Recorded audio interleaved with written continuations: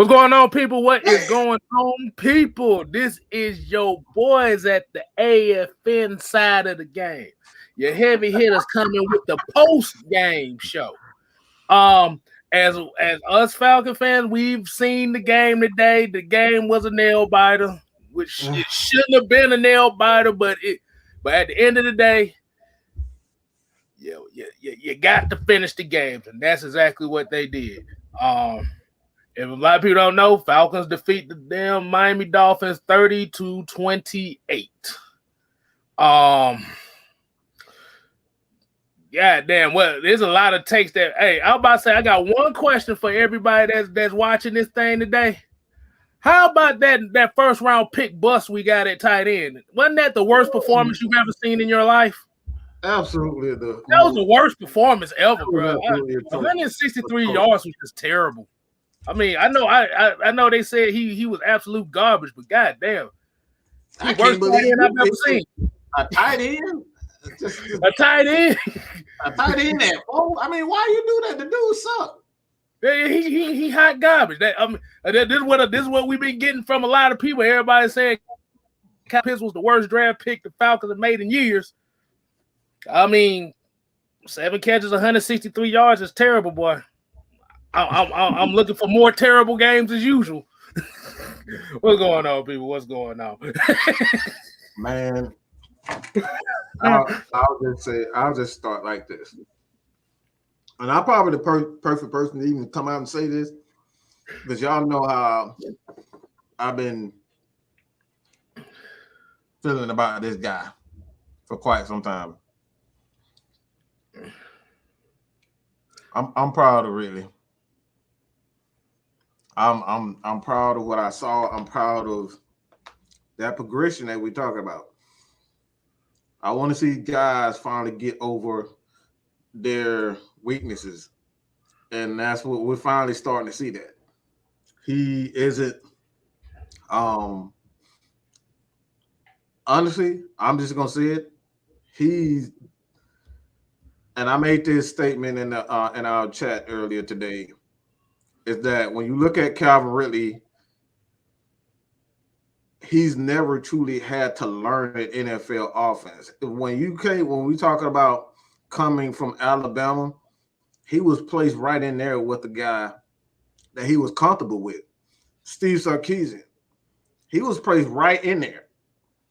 So he really didn't have to learn how to learn an NFL offense. Now he's having to learn an NFL offense that has nothing to do with a lot of his strengths. When the Falcons drafted him, they drafted him to do what he does. Now he's asked to do something completely different outside of his natural game, and you see it starting to affect his mentality. So I don't know if the rumors are true that it had something to do with his mentality. But what I saw today, man, the dude turning upfield, he getting the catches. He finally got his bill wrong, and look, he jumped up, he got up, he took a massive hit. That was a big time hit from Holland. And he took it. He went to the sideline, got right back in, and that's what Terry Masters preached. It was like sometimes you just need to get your bill wrong to know if you can take it. And he got up, he got right back in the game, and he did exactly what he had to do. He caught the touchdown, and the classic Calvin Ridley way, he doing it multiple ways. He's not just lined up at receiver. They putting him in the slot, they putting him outside, they putting him lined up in tight end positions, quite frankly. And like I said today, the dude was just, look, man, I'm proud of Calvin Ridley. He really showed what it takes to be a football player. Everybody talk about playing to guys' strengths, but when you are a football player, you have to improve on your weaknesses, and that what takes you to the next level of being great. Because again, we can pass on the ball all day, every day, but if he's not improving on his weaknesses, he's not going to get to that next level. And right now, and this is the statement that I'm going to make right now, the Falcons offense in the next 2 years is going to be the #1 ranked offense in the NFL. Why? Because they're damn unstoppable. It ain't shit you can do to this offense. Once they get a running back to go with Calvin Ridley, Kyle Pitts, Hayden Hurst, those guys, and his offensive line, god dang it, boy. Those dudes were look, we got to get an MVP to that O-line.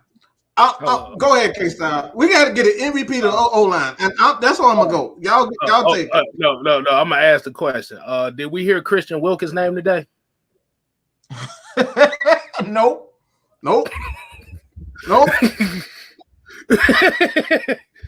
all I need to know. That's all I need to know. That O-line deserves it. Spriggs, Chris Lindstrom, Hennessy, Mayfield, and Matthews. Those dudes was absolute. They were incredible today. Matt Ryan was relatively untouched, unmatched. He had all the time in the pocket to get the ball down deep. They spread the ball around like Matt Ryan was doing Matt Ryan things. And like I said, he was relatively untouched, man. And that right there is a sign of absolute great coaching. That man, we talk about Arthur Smith and knowing how to get his offensive line together. We saying that, like this offensive line was absolutely atrocious the first two games. Mayfield was looking like he was going to look like he looked like he was a bust. And now these guys are playing so well together. It's just amazing to see great coaching, man. Oh my God. Go ahead, you. Go ahead, you. They ain't heard you speak yet. Hey, all I can do is sit back and smile, man, because Mike hit the nail on the head. That's where I was going. He didn't pull the note out of my book. K-Styles, you know how I always say whatever you gonna say, yeah, bro, you saying it. Go ahead, Mike bro. hit the nail on the head when he was talking about the Arthur Smith effect. I talked about it in the pregame show. That's why y'all have to tune in every Tuesday night for the Atlanta Falcon heavy hitters. I'm trying to tell you guys, Arthur Smith is a great coach. This is showing why we always said that coaching matters, that great players can't overcome bad coaching. We're seeing that with this Falcons team. The way that they were able to protect Matt Ryan, I was pulling up the box score, 1 sack today. Like you said, did we hear Christian Wilkins' name at all today? No. We didn't really hear nothing out of they defensive line, and they're aggressive defense that likes to blitz. Brian Flores is a defensive-minded coach, their head coach, and they want to get after you. And today, they didn't get after Matt Ryan. Matt Ryan pretty much had all day in the pocket. And we've told you guys numerous times, just like we kept saying over the last couple of years when we had Dirk Cutter as our offensive coordinator, when we had our previous regime here, we talked about it. If you give Matt Ryan time, he's surgical. Today, almost 400 yards passing again. You give Matt Ryan time, he's a maestro. He's a quarterback maestro. If you give him time, he's going to pick you apart. And we're seeing that. He has a running game now, a decent running game, and he has lethal weapons on the outside. Kyle Pitts is a man amongst boys. He's a rookie, but he's playing like a veteran. He might just make the Pro Bowl as a rookie. He just might. That kid is special. Are you talking about that first round bust we was hearing about the whole year? Yeah, I'm talking about that first round bust that we tried to tell that terrible pick we made. Yeah. At tight end, Mr. Kyle Pitts with the 163 yards. And this goes back to what we were talking about, K-Styles, getting players that fit your scheme. It's not always about necessarily taking the best player on the board, but it's about getting the best player that fits your scheme. Like we kept talking about Justin Fields and we're talking about the quarterbacks, but do they fit this scheme? Like Kyle Pitts was the best player available to fit what our head coach loves to do, is move guys around. He loves positionless players. If you were listening today, they were talking about Cordell Patterson. They were talking about Kyle Pitts. And another thing that they were talking about during the game, understanding how to manage the clock. He played his cards right today.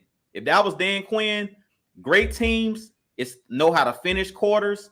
Great teams know how to finish games. The reason I said that this Falcons team was going to make the playoffs this year, because we had like 7 or 8 games last year that we lost that were one-possession games. We lost the games because of poor clock management. We don't want to go back to talking about when Todd Gurley accidentally scored a touchdown to let Detroit go back down and score a touchdown. Like that goes to show you today. They was like, trust me, CP is not going to score. They kept talking about it at the end of the telecast, like the Falcons right here is just going to run the clock out And then one of the guys was like, well, hopefully they don't accidentally score again. He was like, that's not going to happen because Arthur Smith already told him, get the ball, lay down. Don't even get close to the goal line. Just lay down. We're going to run the clock all the way down. We're going to kick a field goal.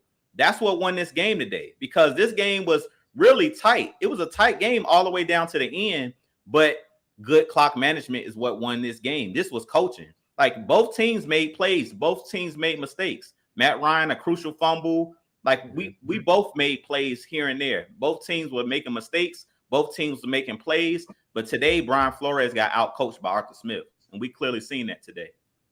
Let me say this. Again, I don't think anybody's been harder on Calvin Ridley than I have. But this is what we talk about. We got to give guys credit because your job as a player and even just a man and woman in life is to overcome your weaknesses. He's not a guy that's going to be physical. That's not his game. So why pick on a guy and continuously pick on a guy when he's showing you that he's gaining that confidence? He's slowly gaining that confidence. I'm going to be all right. He took that hit. He went to the sideline, got his composure, came right back in. At this point, when he finally gets it, this offense is going to be damn near unstoppable because you cannot match up with Cordero Patterson. The dude was a running back and a wide receiver this game. Kyle Pitts was – the dude was a tight end, wide receiver, whatever you want to call it. That's what he was today. Playmaker. We have to That's give what I call him. credit. Oh, say it again. I said playmaker. That's what I call him. We got a bunch of playmakers. Him and Cordell Patterson, they don't have a position. They playmakers. Mm-hmm. They just out there. Mm-hmm. But as much as we talking about the offense,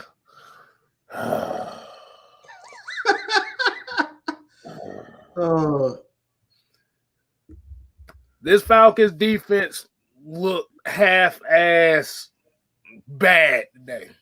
It wasn't even schematically wise. Well, outside, really just the Miami tight ends really killed us today. They didn't give up nothing on the outside.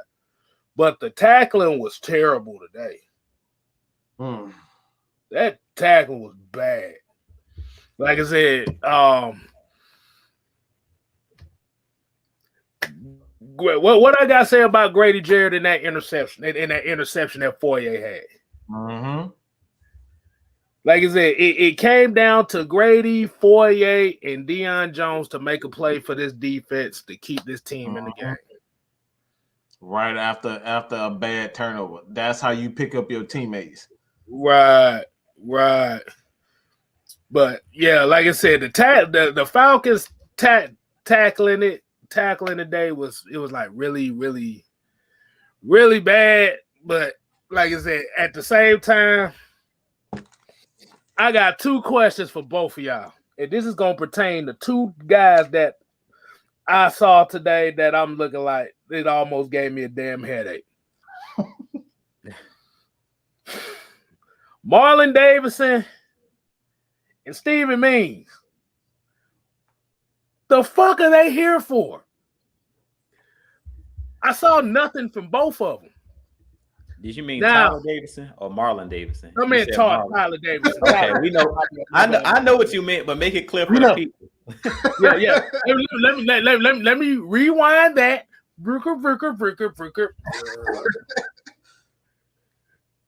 Tyler Davidson and Steven Means. What the fuck was that shit?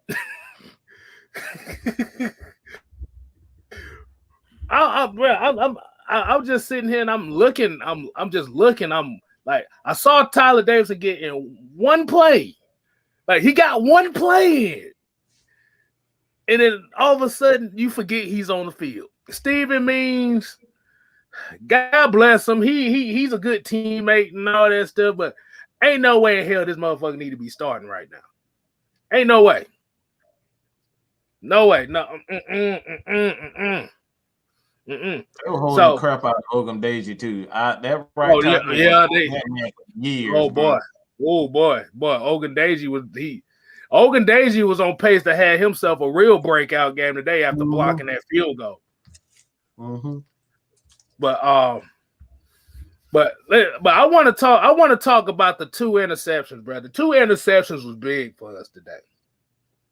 The 2 interceptions was big. Like I said, and I tell a lot of fans here, we are missing Isaiah Oliver badly right now because we don't really have that physical presence at that rover spot. But I have a feeling that y'all might end up seeing Jalen Hawkins in that rover spot a lot more within these next couple weeks because he's coming up with some interceptions. This is 2 games in a row that he done came up with a pick. And if you got a guy that's on a streak like that, you got to play him by any means possible. He's just always around the ball. Yeah. But Steven Means, Tyler Davidson, and for a lot of people that probably asking like why Mike Pennell wasn't in the game, he was on the inactive list today, so it wasn't no Mike Pennell today. Yeah, we tripping. Somebody tripping. I don't know who it is. I love me some Dean Pease, but somebody tripping. I don't need to see my 6'6", 330+ pound dude with street clothes on, like he's somebody's bodyguard. I need him. Exactly. And you hit the nail on the head, and I'm about to make a real bold statement right here. And Moose Johnson said it during the game. In order for the Falcons to have an elite defense, a defense that's going to terrorize teams and make them fear them, we have to get bigger in the trenches up front, period. Jordan Davis, is that the kid that played for Georgia? Jordan Davis that played at nose? Yeah. He definitely has to be here in Atlanta. I don't care if you got to trade up. I don't care what you got to do. Go get that man. We need it bad. We need some bigger guys in the trenches. Like if you heard Moose Johnson, he said, why are the Dolphins trying to pass the ball? He's like, just run right at the Falcons. Just run right at them. They're small in the trenches. Just run at them. And that's kind of what they started to do when we started to wear down in the 4th quarter. That's how Myles Gaskin started to get off, is they just start running the ball, start playing physical football. You're not going to run around us. We're really fast at linebacker spots. We can run sideline to sideline. But when you start just going at the teeth, that's what you were talking about, K-Styles, with Steven Means, Tyler Davidson, they're going to double team and triple team Grady. So you ain't got to worry about him.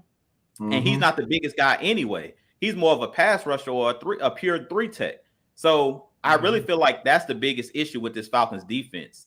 We're going to have to get bigger in the trenches. We've been saying that for years, but this draft, to me, you're going to have to go heavy on bringing in bigger guys in the trenches, period. Like, we're going to have to get rid of these Tyler Davidsons, all of these 3 techs. I was watching you guys show on Friday night when Mike was saying for whatever reason, when Dan Quinn was here, all he would draft was 3 techs. We had a bunch of 3 techs on the team, but we didn't have no space eaters. What this team is missing is space eaters. If we have space eaters on this team, we could easily be a dominant defense. We're just too little, and teams eventually just wear us down. If you watch every game, like, we wonder why consistently when Dan Quinn was here, this team couldn't finish in the Super Bowl, couldn't finish. You're not big enough. After a while, you keep running into a big 330-pound offensive lineman. I don't care if you Grady Jarrett, whoever you are. If you smaller, you're going to get overpowered after a while. And that's what be happening in the trenches to this Falcons team. We get overpowered, and teams just ain't really figured it out. Because I don't know why the Dolphins started passing it. Just keep running the ball. Eventually, we're going to get tired. Just keep running. Teams go away from what they strong suit is. 5-yard takedowns. Like, Tua gonna have to he gonna have to change his game. Go ahead, K-Style. I was about to say, we got a couple super chats here, man. Sheldon Brown with the $5. $5. He said, not getting on you, Jew, but a couple weeks you were saying the Falcons should have drafted an offensive lineman. Be patient. Love you, though, Jew. Hey, he hit the nail on the head. Hey, I'm not running from it. I did say that in the first game because we looked absolutely trash up front. And if these guys didn't improve, like as Mike was talking about with Jalen Mayfield, the dude was over there looking like he was about to cry on the bench. Yeah, I was frightened at how he was looking. I didn't like the way he was responding to the coaches. I ain't like none of that. He was getting bullied. I'm gonna say it straight up. He was getting bullied. Now, I agree with him. This is why you got to wait and see and be patient. Mike been saying that. Wait and see. Wait and see. I love Kyle Pitts. What my point was, I don't care how good you are on the edges. We had Julio Jones here last year, and we won 4 games. That's just my point. Mm-hmm. That was my point as far as you want to bring. We might have drafted the wrong guy. But Pitts, he doing this thing. I was the main one saying that we needed to get Kyle Pitts. But this is why we say wait and see. Because I was a prisoner of the moment. In that first game, I was pissed off because the Eagles kicked our tail all over the field in our home. And then they fans came in and kicked our fans out of our own stadium. I don't know if you guys seen that clip, but they pretty much kicked our tail in our own stadium and then told us, nah, hey, goodbye. Like they were literally waving by to us on the escalators, like, see y'all later. They had this shit all over the social media. And I know this.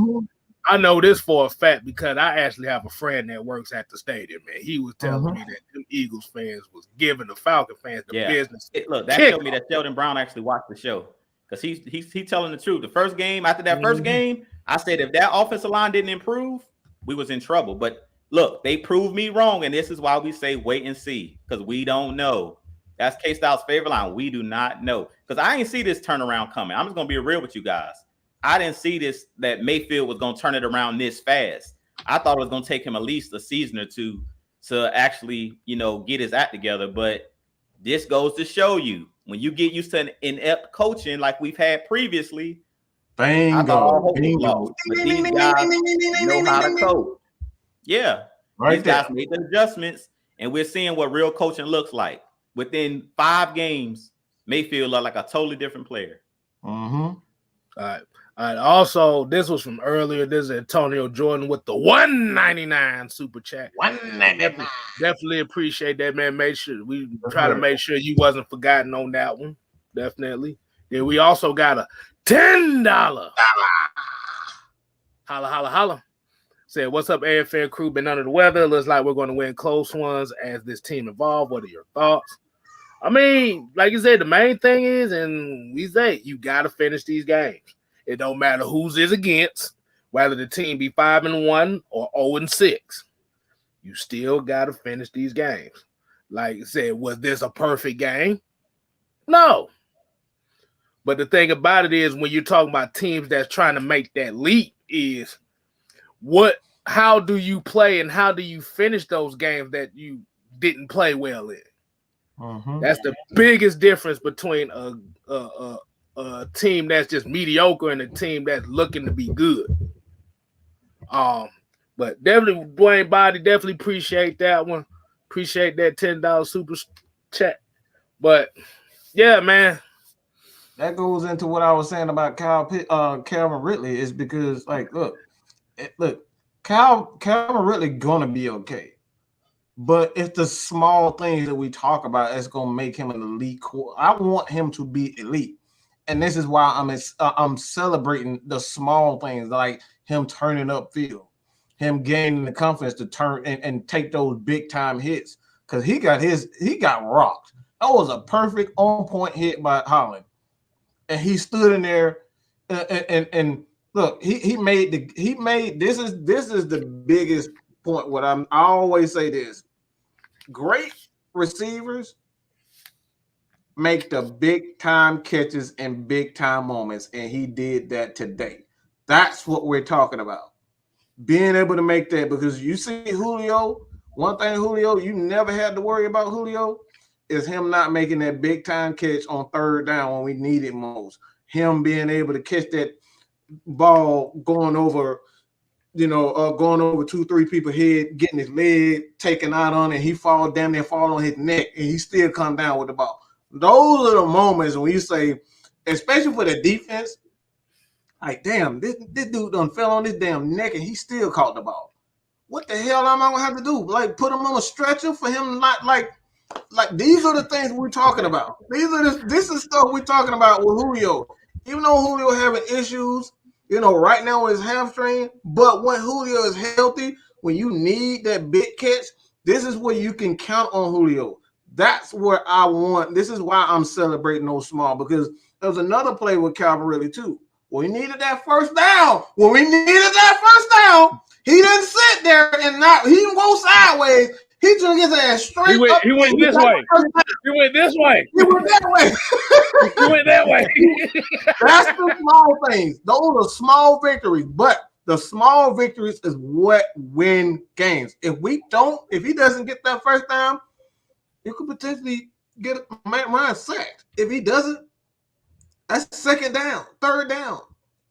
So these are the small, intricate details we always talk about, the little things that goes into finishing the game. Oh, hold on. Well, before we get to the South Side right here goes Sheldon Brown with another $5 super chat. He said, Juke, not just Georgia. He said, hell, get the whole Georgia defensive line. hey, I'm right along with him. What I always say, K-Style, strength in numbers. If you can strength in numbers, you get them from the best schools. 6 guys that can give me 5 sacks, that's all I need. You don't need one guy getting you 20 sacks. If everybody pull their weight, we good. Like, that's all I always say. We need a bunch of dogs on the line. We don't need one guy. Like, if you got one guy, what if they get hurt? Like, look, Dante Fowler went down. If you got a great pass rusher, Von Miller a couple years went down with an injury. You got to have a gang of guys that can come get you a bunch of, get you a handful of sacks. And that's what it is. But far as what I'm saying is we got to get bigger. So we need a pure nose. Grady's not it. Mike Pennell really right now on this team is that pure nose. So to me, I don't want to see him inactive no more. I don't care what you got to do. If you got to take Tyler Davison helmet, take his helmet and put Mike Pennell out there. Let him be Mike Pennell bodyguard. We can have him on the sideline with an earpiece in. Like, we need that big guy up front, 330 plus pounds on the field, so we can shut down the run. Because once you shut that run off, that's really how the Dolphins got back in this game, was they were able to get that running game going. Once you get that running game going, then you get the defense on their heels. So I don't want to see Mike Pennell not active anymore. Like, when I seen he was on the inactive list, I'm like, what's going on? Like, is it an injury or is it just this was a coaching move? I mean, this week we kind of can let it slide because the Falcons won. But just how Mike was saying in our chat, if the Falcons want to be one of those elite teams or one of those teams that's going to make a deep playoff push, you got to start off games better. You can't come into these games in the first quarter, the first couple drives, you sleepwalking through. Because teams going to get up 21-0 on you. Like, you play a team that's competent, you're not going to be able to do anything. Like, if you go down 21 points, 17 points, you in trouble. Exactly. Yeah, I wanted to shout out to Miss Maggie. She said give Juice some more likes. But Sheldon Brown came with another $5 super chat here. Hold on, I'm trying to appreciate that shit. If I can get it to come up, hold on. Let me. There you go. We did that one already. Okay, never mind. I thought that was something different. But I wanted to get to this. My player partner, she said she liked how Arthur Smith managed the clock and time of possession. Yeah, that was a big key today. But I want to get to this comment right here. This is Southside 21. Xavier Howard been holding a lot today. Man, that man was holding. He was holding when he got off the bus. That man was holding CP all game, bro. Well, that boy was damn doing the waltz out there. That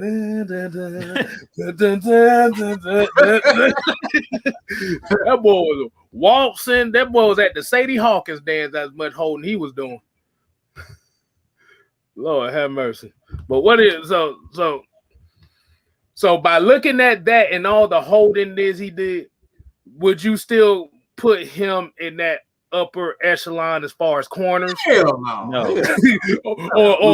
or is he's taking the mantle from Marshawn Lattimore as being a guy that holds a lot? Yeah, he took it today. He took the cake today. Like Xavier, like he pissed me off today. But what really pissed me off, it wasn't even him holding that pissed me off. What pissed me off is if the refs are gonna let me get away with it, then I'm gonna keep doing it. I blame the refs. I was ticked off at the refs because this is what I hate about a lot of these NFL refs. It's like once you get a reputation of being a solid player, they let stuff slide. Like I've seen Patrick Peterson, I've seen Richard Sherman. These guys is holding their tail off. I've seen Marshawn Lattimore holding their tail off. Jalen Ramsey, I've seen these guys get away with holding calls that other guys wouldn't get. Like today, it was a couple calls where Fabian Monroe, it was close. And I was like, oh man, I hope they don't throw the flag, because his reputation this season so far he's been holding. So I'm like, oh man, these refs are not going to give him, like, he's never going to get the benefit of the doubt. And that's kind of what pisses me off when you have one of those elite corners on your team. How many times we've seen Julio Jones get held and they ain't called nothing? A couple years ago when we went up to Seattle, I believe it was like the second year of Dan Quinn's regime, we went up to Seattle and Matt Ryan threw that deep bomb to him for the game winner, basically. And Richard Sherman and Earl Thomas basically just held Julio. Like it was blatant pass interference to the point where Dan Quinn threw his hat on the ground. He was punching at the refs like, come on, that's PI, that's PI. Like, that's what pisses me off. When players get on that upper echelon, they're like a Pro Bowl player, they get away with stuff that other players wouldn't get away with. I'm like, just call the game fair. I don't care if this dude is elite. If he's holding, period. And leave it at that. Like, don't leave it at, well, this is Tom Brady, or this is this one, or this is that one. So what? Just make the call. Make the right call. I don't care who the player is. I don't care if you're a star. We've seen Matt Ryan. This year, Matt Ryan's finally starting to get some calls. Matt Ryan's been known for getting hit late and never get the call. This year, I don't know what happened. I don't know if somebody got paid off. But this year, Matt Ryan getting the most roughing the passer calls that I've seen. I'm never used to seeing Matt Ryan get roughing the passer calls. Yeah, he usually on average get like 2 a season. He done got about 6 of them already. I'm like, exactly. Okay. That one against the Washington football team was a gift when basically Chase Young put like his elbow up and Matt Ryan fell on the ground and threw that interception. That was just a gift. That was a Tom Brady call right there. Because that was no, that wasn't the Tom. No, Tom Brady had one of the most egregious he had one of the most egregious damn roughing the passer calls I've ever seen. Yeah, it wasn't even he tapped him on the shoulder pad. Yeah, tap on the shoulder pad. The defender did this and got a damn roughing the passer. I said, what the fuck is this? Really? Yeah, man. And so I blame the refs, K-Styles. Just to answer your question, I blame the refs. Because if I can get away with holding and I'm guarding Kyle Pitts, I'm guarding CP, I'm a hold all day. That was just my point. I'm a hold all day. So I blame the refs for not throwing the flag on him because he was holding like crazy. Yeah, Cartier. Yeah. I just saw the box score that. Yeah, boy, the Bengals beat the bejesus out of beat the dog shit out of the damn Ravens, boy. Yeah, that boy Jamar Chase went for 200 yards against that defense. And I didn't see the game, but from looking at the box score, it looked like the backup quarterback got a few plays in too. So I don't know what the hell that was. But also, another news for the game: your boy Patrick Mahomes is getting his bell rung in Kansas City right now. Yeah, he went down with an injury. So for a lot of those folks that say offensive line is not important. Not only that, but that defense in a running game. That offensive line is atrocious, man. That defense is just atrocious. They can't stop anything. They can't stop they can't do anything right. The pass defense is I don't even know what to say. It's so bad. It looks worse than the Falcons defense last year. And that's hard to do under Dan Quinn. That defense can't stop anybody. All that money they gave to Chris Jones for absolutely nothing. That they have not gotten better at the corner position. They haven't gotten better at the safety position. The linebacking core is just absolutely atrocious. And they're just stacking the offense. This proves once again, doesn't matter if you have a great quarterback. You cannot overcome bad defense. You can't overcome bad coaching. They got stomped out. And it's like I said, it's embarrassing to see them just put all the onus and all the pressure on a one quarterback who's supposed to be one of the greatest. They already putting him on Madden covers and saying the GOAT against the GOAT. But once again, when you get ahead of yourself and you start labeling people GOATs and whatnot, this is the reason why I have this wait and see philosophy, because one season could change how you go out throughout your entire career. So it's like at the end of the day, this is why the Falcons are investing in a Dean Pease. They're investing in Arthur Smith. What works in the NFL, playing solid defense and really just ball control. As much as people hate ball control is how you win games. Mm-hmm. Run the ball. We talked about it. When you take that physical element out of the game, that's what Kansas City is struggling with on the offensive side of the ball too. Like you were saying, Mike, when you kept saying early this season that Arthur Smith and this coaching staff is not relying on Matt Ryan to win every game or lose every game for us, that's what the Kansas City is doing. And they're finding out that football is the ultimate team sport. I don't care how great your quarterback is. Without any help, without a running game, without a solid defense, and without a defense that's actually getting turnovers, because really what they lived off of the last couple of years, the Chiefs have never had a great offense. They got those turnovers. We talk about it. They've never been a great defense. Even that Super Bowl year, they won a great defense.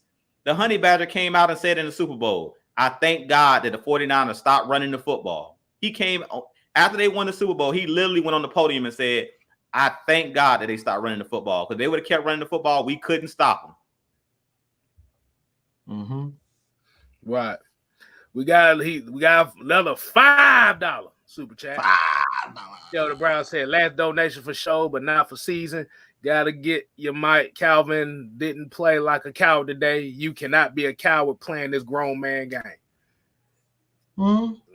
That's the main thing. Like you said, like if you like what it is, and I think what it is, a lot of people look at like when you start looking at the box scores, the box scores don't really tell you the whole story. Like Calvin really, if you look at the box score, Calvin really played a terrible game. But the thing about it is, when it came to getting certain catches at certain critical moments that helped this team, Calvin went that way. You see where I'm pointing my finger at? He went this way. You see where my face at? He went that way. That's all we ask from him. Like I said, just go forward. Like I said, let your momentum take you forward. And like I said, he gets some credit. Like I said, we still don't know if he's ever going to really break out, or he, like I said, he might not just be a fit for this offense. But he's doing. But the thing is, he's doing everything he can to try to be a team player. And today was a team effort. Today it was a team effort. And going to the Kansas City thing is kind of hard to build a defense when 95%, well, I say about 85% of your cap is on offense. Exactly. And that's the big thing. That's a great point, K-Styles.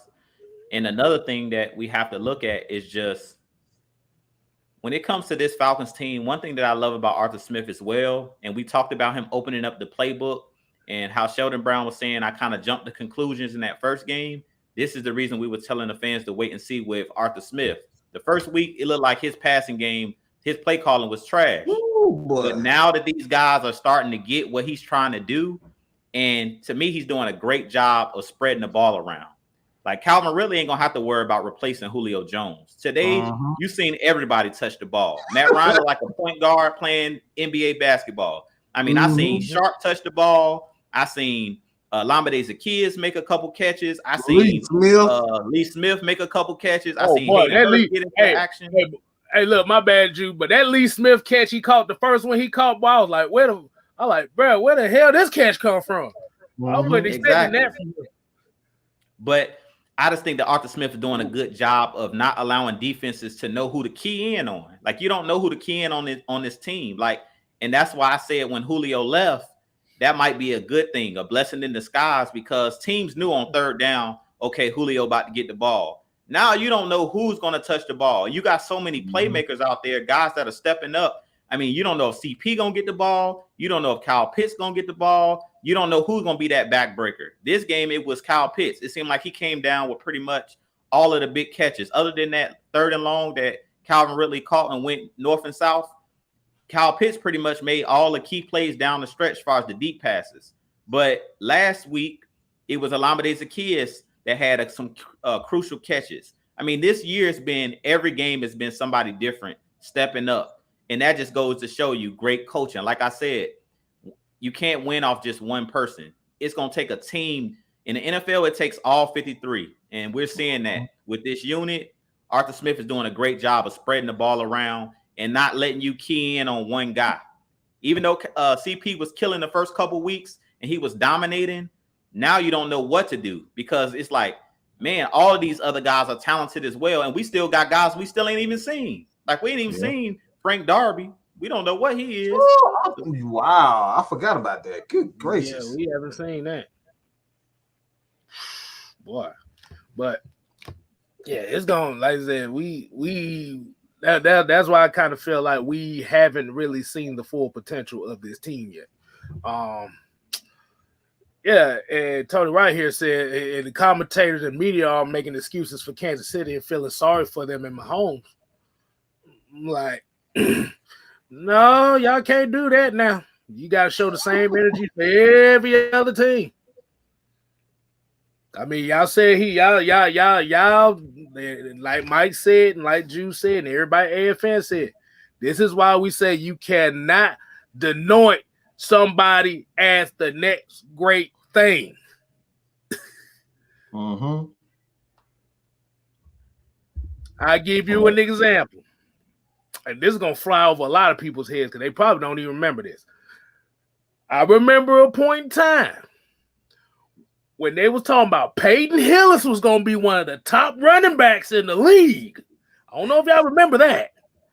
Made the Madden cover and everything. Ah, there's a hurricane coming through. But, bro, yeah. He's supposed to be the I don't even want to say it. I'll keep that to myself. But they anointed him to be the greatest running back in history. They had that man on man. That man had so many commercials. This dude was supposed to be anything. The next year he fell off the face of the earth. So that's the reason why I even said you gotta, for me personally, you gotta give me 3 to 4 consistent years before I say you even an elite player. You're good, you're great, but you got to give me 4 years of consistency before I know what you are elite. Hey, look, Drew, true statement here. Say it's funny how I don't hear no one saying we should have drafted Justin Fields anymore. Exactly. Could they? I'm about to say, because like I said, we ain't really been getting bombarded with shit about Matt Ryan for the last month and a half now. So yeah, them cowards on level. We ain't forgot. I know y'all still watching. Don't try to hide now. Them, hey look, them the folk that be downvoting everything we do. That's one of the thumbs down come when it comes to them. At the end of the day, it's about having the right scheme and playing to your player's strength. And when you have a quarterback, it makes everyone's job so much easier because now you can just do your job and just be an athlete. That's what Kyle Pitts is doing. He's learning what the defense, how they're. This is the scary part about Kyle Pitts. Right. Is that he hasn't learned how to beat linebackers yet. He hasn't really learned how to beat defenders yet. He's doing what he's told, and he's out there snagging the ball with one hand and doing this. He hasn't even learned the game yet. That's the scary part about this dude. It's unbelievable to see a guy who has not learned the game putting up the like I said. I knew he was special when I saw this. When I saw at the University of Georgia, before we even drafted him, long before we drafted, when Georgia literally put everybody, and the commentators was like, they literally put safeties. They rotated at least 5 to 6 guys on Kyle Pitts, and he destroyed every last one of them. That was the point. I was like, okay, this guy's the real deal. And now we're seeing we're seeing that there's literally nothing you could do with this guy, especially with a guy like Matt Ryan at the helm, because Matt Ryan he's going to put it in his vicinity And with Kyle Pitts, all you got to do is just put it anywhere. Low, high. He's going one hand, two hand, three hands. The dude gonna find a way to get another hand on the ball. Like that's how special he is. He gonna grow. He gonna magically grow another arm and catch it with that arm too. That's how damn good he is right now. The dude is that damn special. Yeah. Hey, look, we got a couple comments. He's talking about Bo Gus said 0-17 crowd bitter as a motherfucker right now. They are, but because what it is like I said, they saw the first two games. And this is what everybody's talking about. You gotta hold your damn horses. You don't know what the fuck is gonna happen. Like I said, you saw the first two games, you thinking, okay, this is gonna be that type of year. So, like, yes, he's struggling. Yes, we can prove everybody AFN wrong. But like I said, he hasn't really had a bad game since.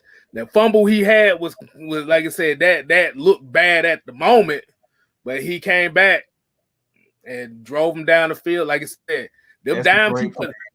He hit the ball from behind. He smashed the ball. That again, those just great defensive plays. And it's not always bad plays. Sometimes the defense just sometimes everybody else make better plays. That's simple as that. Right.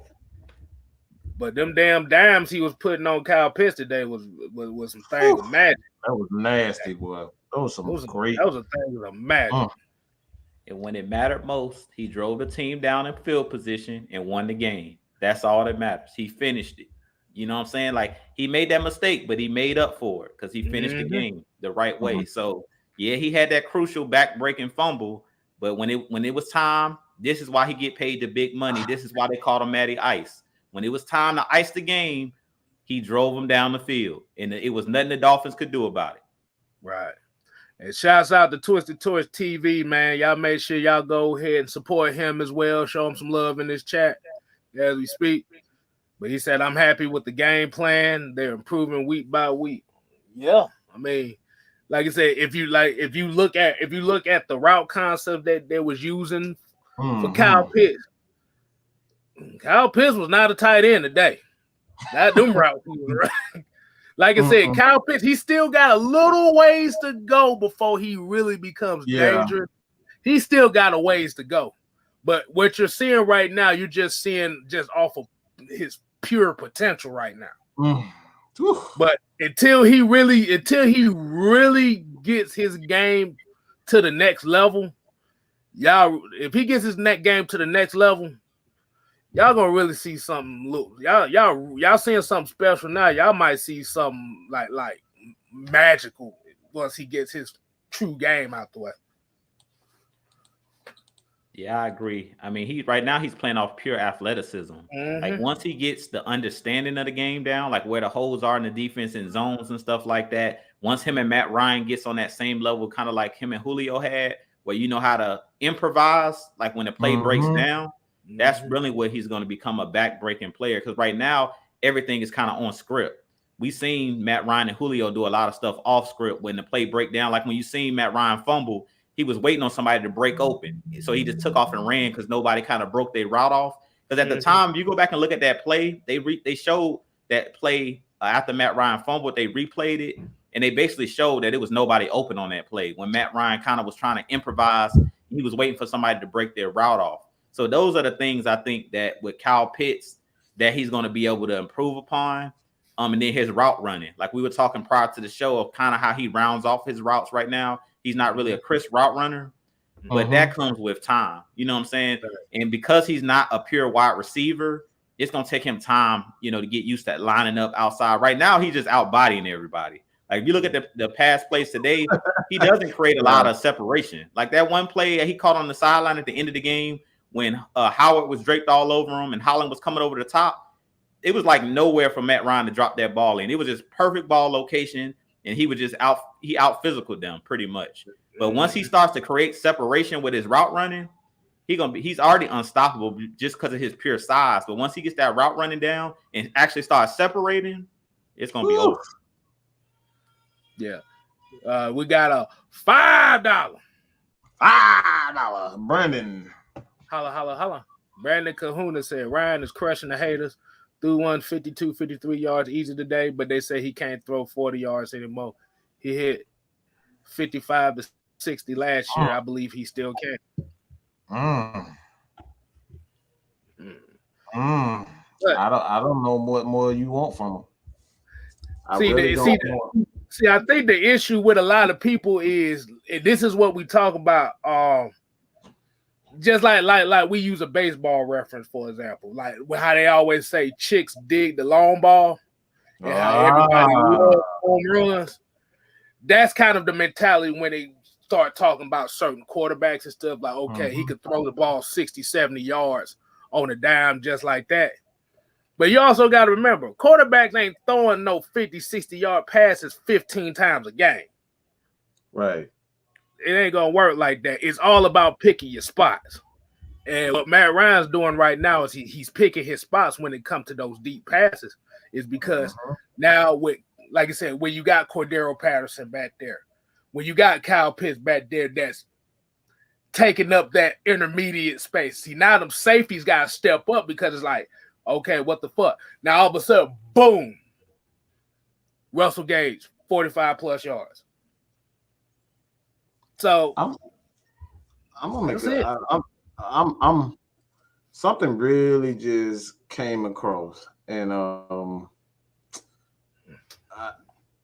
one thing I think, and I'm gonna just switch just a little bit, but what I'm seeing from this Falcons offense, and I want a lot of people to really focus on this, is that you alluded to it earlier, but when you look at the direction of this offense and how they're going to draft, they're only going to trade up for generational type guys. They're only going to draft generational type talents.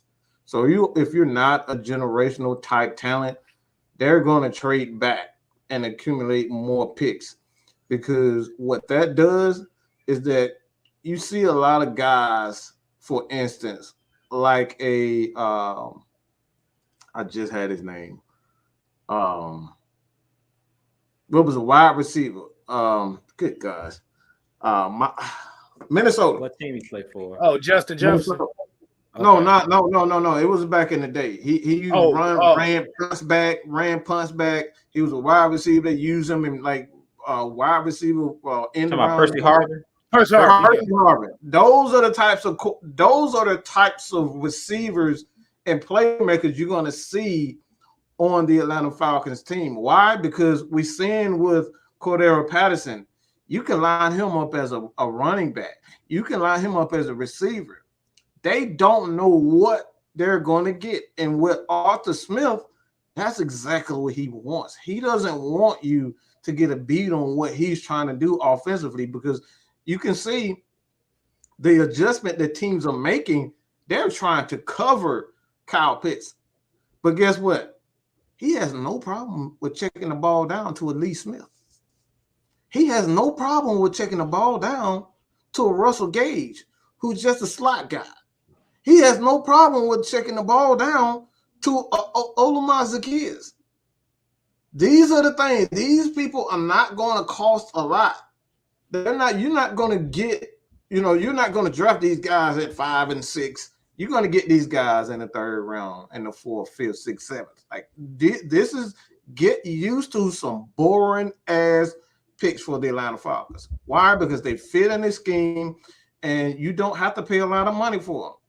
Falcons already don't have a lot of money to begin with, but when you have guys like a Cordero Patterson, who is a damn, like I said, the dude is just a baller. He's just a playmaker. That's what you're going to see on this Falcons offense. They're going to draft a ton of playmakers, some physical guys up front, the offensive linemen, and they're just going to have a ton of playmakers, a ton of Alvin Kamaras, a ton of Percy Harvins, those types of players. That's what you're going to see with the Atlanta Falcons. So get used to it. Get used to some boring ass picks for the Falcons. So what you're going to say is we're basically going to be looking at a bunch of guys that that have no positions at all. None, like Millie Mills, positionless. Yeah. Yeah. But CK22 here said, how the fuck are you supposed to get behind the ball if you're constantly on your back foot because the damn line couldn't hold up? That's what we saw the past few years. Mm-hmm. Exactly. That's what I talked about. It's like Matt Ryan, when you give him a pocket and he can step into his actually step into his throws, that's when you unlock, and you give Matt Ryan a running game. Like at the end of the day, Mike had said something about making a living off of making the big play. I think it was either you or Mike K. Styles. When y'all were talking about making the big play, that's really why the Kansas City Chiefs are struggling, because they're known for making big plays. They're not used to having to methodically, drive the ball down the field. Like what you're seeing out Arthur Smith, where you're mixing the run, you're mixing the pass. When you get used to Tyreek Hill taking it to the house on 80-yard plays, when you get used to Travis Kelce making 50-yard catches and stuff like that, you're not used to methodically getting the ball down the field. And teams have kind of caught up to that Chiefs offense where they're just backing their safeties up. They're just leaving two safeties over the top and saying, you're not going to throw a bomb to Tyreek Hill. And if you do, we're going to intercept the ball or we're going to knock his head off because we're going to keep a guy over the top at all times. And they're kind of frustrating Patrick Mahomes and frustrating Andy Reid because their offense is a down the field style offense. So that's why they're kind of struggling. And that's what we're seeing out of Arthur Smith is like what Mike was saying. Matt Ryan is willing to take what the defense is giving him. If you're going to give me these small, slant patterns and stuff like that underneath, I'm going to hit CP for 4 yards here. And if y'all notice today, a lot of the routes with Calvin Ridley, they were just throwing the ball to the sideline. It was a lot of just stop routes where he would just run 5 yards up, stop. And they were smart, methodical offense. I love the game plan of Arthur Smith today because he tried to keep the team out of 3rd and long. And that's why I told you guys heading into this game, I wasn't worried about Jason Spriggs because I knew that Arthur Smith wasn't going to put him in positions where it's a lot of 3rd and longs where you can just pin your ears back and get out the Matt Ryan. If you look at this game, they did a good job of keeping it like 3rd and medium, 3rd and 5, 3rd and 4. So you don't know if they're going to run the ball or pass the ball. And you can do anything when it's 3rd and medium. They couldn't play sticks defense. Like when it's 3rd and 10, 3rd and 13, another thing we did good in this game, and K-Style's going to love this, we didn't shoot ourselves in the foot with penalties. How many times we've seen early this year, especially in that Eagles game, where we were starting off 1st and 15, 1st and 20 because of false start penalties. You didn't see that in this game. So that's why I say I love what Arthur Smith is doing with this offense, with this team, like methodically just driving the ball down the field, as Mike talked about, possessing the football, just shortening the game. That's why I said we were going to win more games this season, because we're not going to give you opportunities to beat us. When you keep giving the other team opportunities to beat you, eventually they're going to make the plays to beat you. And today, they pretty much took the air out of the football. We 1 win away from our total from last year.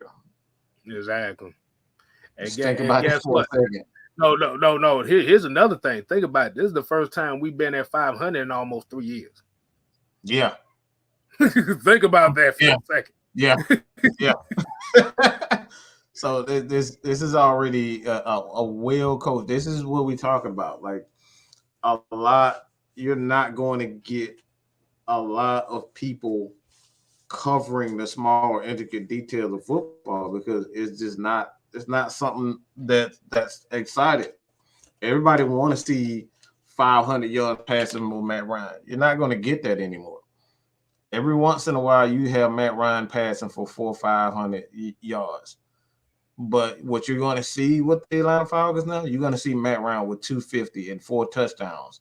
You're going to see him with 175 yards and 2 touchdowns. Get used to that because they're putting the onus on the team winning games and not so much on one. Because this is, I'm going to just say this too, and it's probably going to sound weird coming from me just based on past statements, but this is the reason why Julio got tired of being here, because all they did was just say, all right, you don't want to build a defense, you don't want to put anything on special team, you don't want to get the coaching staff better, all you want to do is throw me and Matt Ryan out there so we can get tired, put our bodies on the line, and we got to save the day all the time. This is not that. Like, they understand why. And that's why it goes into, saying like why Julio isn't really talking a lot, and that's really why the Falcons didn't talk. They understood that they both made mistakes, and now it's time to do things the right way right now. And this is doing things the right way. And at the end of the day, how you win championships is you got to have a complete team. Everybody has to do their dang on job. Simple as that. Do your job. That's a great point, Mike. Great point. Because if you look at the Titans, I think the Titans are now 5-2 or 4-2, and Julio got 1 touchdown this season, and I think he done missed already like 2 games, so he don't have to do the heavy lifting as you're talking about. You know, he went to a team where he don't have to carry the load, and the onus is not on Matt Ryan and Julio, but it's on a team. And to be honest, I think he prejudged this new coaching staff before he actually played a game or practice for them, because if you look at this, the way that they're setting up this team, they weren't going to rely on Julio. That was the reason they drafted Kyle Pitts, to take some of the burden off of Julio. So to be honest, he would have had the same thing that he has in Tennessee here in Atlanta. But like I said, his side chick called him home and said, "Shit, baby, you better come back." That's what happened. His side chick called him home, man. I'm just saying. But like I said, but have you noticed in Tennessee, nobody really talks about Julio no more? Nah, he's an afterthought. Because at the end of the day, that's still Derrick Henry's team. It's never going to change. It was for them. It was a waste of money. It was a waste of. You just wasted a 2nd round pick. You just got rid of a 2nd round pick for a guy that you never were going to use to begin with. You were never going to change your offense because you're way too dependent on Derrick Henry to do everything for that offense. And that's one of the reasons why I don't understand why Julio went there, because that offense is never going to change. You have a stubborn head coach. He wants to do what he wants to do. That's one. And then 2, you're way too dependent on Derrick Henry. They got Derrick Henry out here throwing touchdowns. Like, come on, bro. Like, are we serious? You're a running back. Just think about that for a second. Derrick Henry out here throwing touchdowns, bro. That can get you through the regular season, but like I said all the time, regular season, you're gonna have to really step it up in the playoffs. And this thing, that Titan team, I just don't think they have anything defensively to stop anybody. You can't continue to rely on Derrick Henry like that. The way he is the entire team. As Derrick Henry goes, that Titan team goes. Because we already see Mr. Bus at quarterback. Nobody even saying his name. I forgot he was even a quarterback, because every time I tell him, turn as a damn Derrick Henry highlight, Derrick Henry ran for 200 yards. Derrick Henry got 4 touchdowns on the day. That's all I hear when we turn to Tennessee. That's it. It's Derrick Henry, man. But that's kind of what ended up costing them in the playoffs last year, because it was to a point where you knew that they was going to run Derrick Henry about 25, 30 times. Now, if you look at Julio Jones right now, he's pretty much a decoy in Tennessee right now. That's his role. That's bad. That's bad to even say that. It's the truth. K-Style, you said it's the truth. Like that's what his role is. He's nothing but he's just a big decoy right now. That's it. He's just there to lighten up the box, for them to lighten that box where you can't drop that safety down, because you got 2 legit wide receivers on the outside. Now you got to keep that safety over top, because you never know. But I also think that Julio knew kind of the writing was on the wall, as Mike was talking about, and this is going to be a bold statement, but I think that Julio knows that his body is starting to break down, and he can't be the Julio of old. Like, as much as we relied on Julio, he had that 300-yard game. He had those games where, like Mike was talking about, where he would get hit and land on his neck. Now he knows, like, he's too old for that. And he's starting to have a lot of those lingering issues. Like, when you start having them hamstring issues and stuff like that, he knows that he can't do what he used to do. Like, him and Matt Ryan could put the team on their back when they were in their prime, but he knows that he's kind of on the back end of his career, And how we talk about Ridley was feeling the pressure, I think Julio was feeling the pressure here in Atlanta as well. As much as we never really, placed the onus on him, it was always on Matt Ryan. Julio realized that he couldn't even be the Julio of old. And we've seen that the last couple of years. Like last year, him missing those 8 games. Like we thought like maybe he was, not really injured. But now with him being injured with Tennessee, I actually think that the injuries were mounting up and we just didn't know it because we were so used to seeing Julio as that like superhero. Nothing can happen to Julio. He has no kryptonite till no, his body is actually breaking down. Like those hits are starting to add up. They've added up. You talking about for a big ass wide receiver like him that runs the way he do. Yeah, it's gonna creep up on him a lot worse. Let's see what folks talking about. People call him Julio. Julio. Yeah, Tony right here said, well, Julio, like I said, he's played 5 of their 7 games and had 1 game of 151 yards, and the other 4 games was under 50 yards. Which is just another wide receiver, pretty much. He's a decoy. He's great. But you're in the offense, like I said, and I think that's probably the real reason why he wanted to get out was because now that he didn't got the money he wanted to go in a situation where he didn't have to be the focal point no more. Exactly. So his money guaranteed, and now he ain't got to have all that put on him. But I just worry about Derrick Henry. I know he big as hell, but I be worried about him though, because all them carries and stuff like that.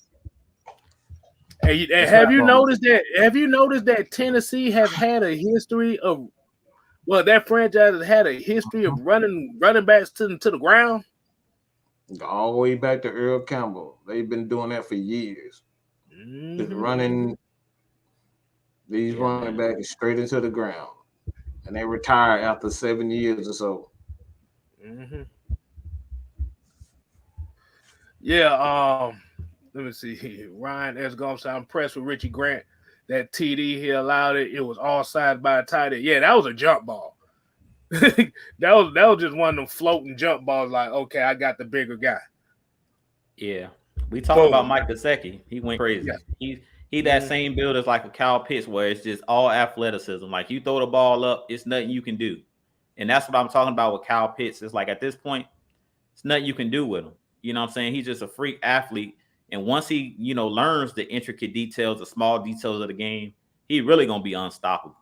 But it was just similar to like, if you think about when the Saints first had Jimmy Graham, it was just like he was a former basketball player. So you just throw it up anywhere near him, he coming down with the ball. And he pretty much, we don't want to go back to them days when we had Curtis Lofton. I mean, he just destroyed us pretty much every season when he was with the Saints. Right. So exactly. I already knew when we got Kyle Pitts and Hayden Hurst, because Hayden Hurst and Lee Smith, to be honest, are the guys, the unsung heroes of this team that nobody really talks about. They're the ones doing the dirty work for Kyle Pitts to actually have those spectacular plays. Because you see Hayden Hurst and Lee Smith are the guys running those underneath routes, the guys that are blocking, that's doing those small things and moving the chains in the clutch. So, like I said, Arthur Smith, man, that dude, he's special. And this is the reason why, going back to us, bringing him in as our coach, that's the reason why I wanted an offensive coach. Like we're seeing Matt Ryan, this is his first head coach that's an offensive-minded coach. And it's something about having that great head coach as that offensive coordinator and a great quarterback. You have it in Green Bay with LaFleur, Aaron Rodgers. You have it in Tampa Bay with Byron Leftwich calling the plays for Tom Brady. I mean, you see all these young teams that have that great head coach and has that good quarterback. It's something about that matchmate that just makes it special, especially because the game is an offensive game now. As much as we love the defense and stuff like that in the trenches, you got to be able to score points based off of the way that they call the penalties now. Hey, I 100% agree with you on that one, Drew. But, oh, man, so let's see. Looking at this game. What do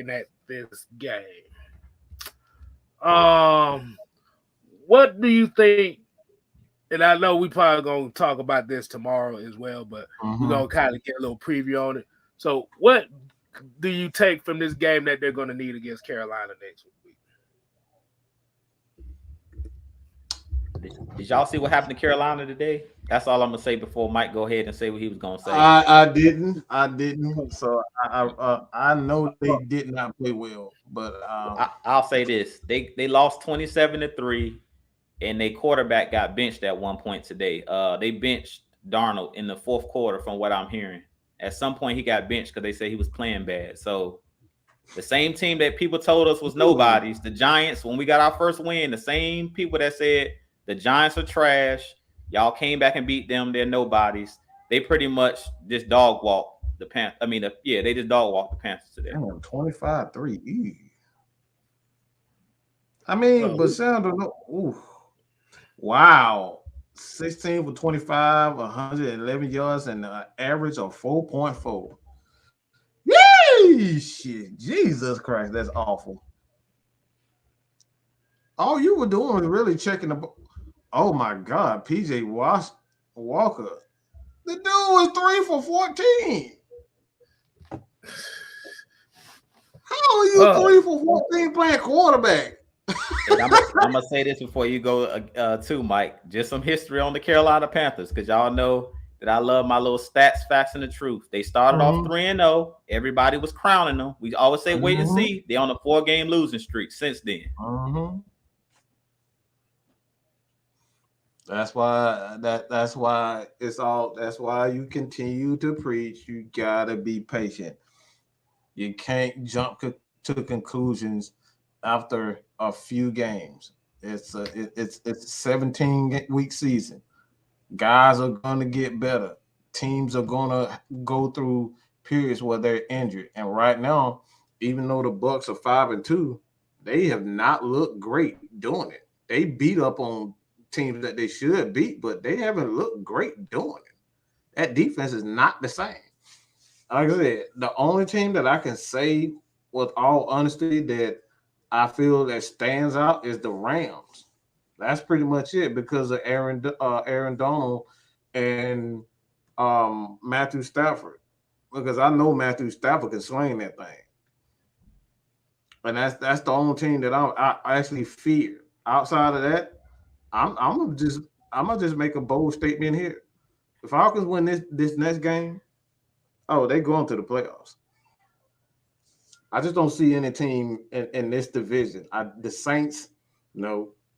I'm not afraid of the Bucs. And the Panthers, I mean, who really scared of Sam Darnold? Like, let's just be real. That dude has been a bust ever since. Like, the dude. Carolina, I don't know what y'all was smoking, but I would have took my chances on Fields. That dude had no business being drafted. You should have never traded. That was the worst. You should have kept Cam Newton. What's the quarterback? Teddy Bridgewater.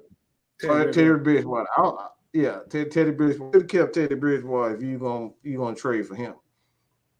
Because that dude is like Sam Darnold, just absolute garbage. All right, you don't even get the real word. You don't even get the English. You just garbage.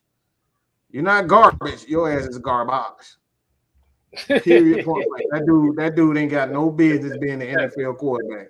He is absolutely horrible. That boy get the little apostrophe at the top of the letter. Garbage. That dude is trash. But yeah, man, we still got like I said, this Falcons still got a long ways to go. But like you said, you just got to go week from week, and we got a $2 super chat for Popcorn. Said no, Matt Ryan haters today. Crickets. Yeah. Here you go. Here's another. Somebody else said they said Sam Darnold was better than Matt Ryan. Yeah. Look, I knew he was trash when I saw. Anytime you see a quarterback with 5 rushing touchdowns, he's not a real quarterback. All right. Now, quarterback should never have 5 rushing touchdowns in the first 3-4 games. That should never happen. I'm weak at Millie Mills. He said Sam Newton. Now, I think they'd rather keep Cam Newton than Sam Darnold. I'll tell you that much. Oh boy, I would rather kept Cam. that's Newton. basically what they're doing. That's basically what they're doing. And we already seeing little CMC. That dude, man, good God, they done ran him into the ground. So I don't know. Like I said, at the end of the day, I don't know what the hell Carolina plan is, but it's not a very smart one. You can tell they got a bunch of dummies that just they have no direction. They just drafting players just for the hell of it, because they absolutely have no direction whatsoever. Who the hell trades when you got Lance? You got an opportunity to get Mac Jones. You got an opportunity to get Justin Fields, and you trade for an absolute bust who has shown he's done nothing. He's done nothing. He's shown nothing, and you trade for this guy.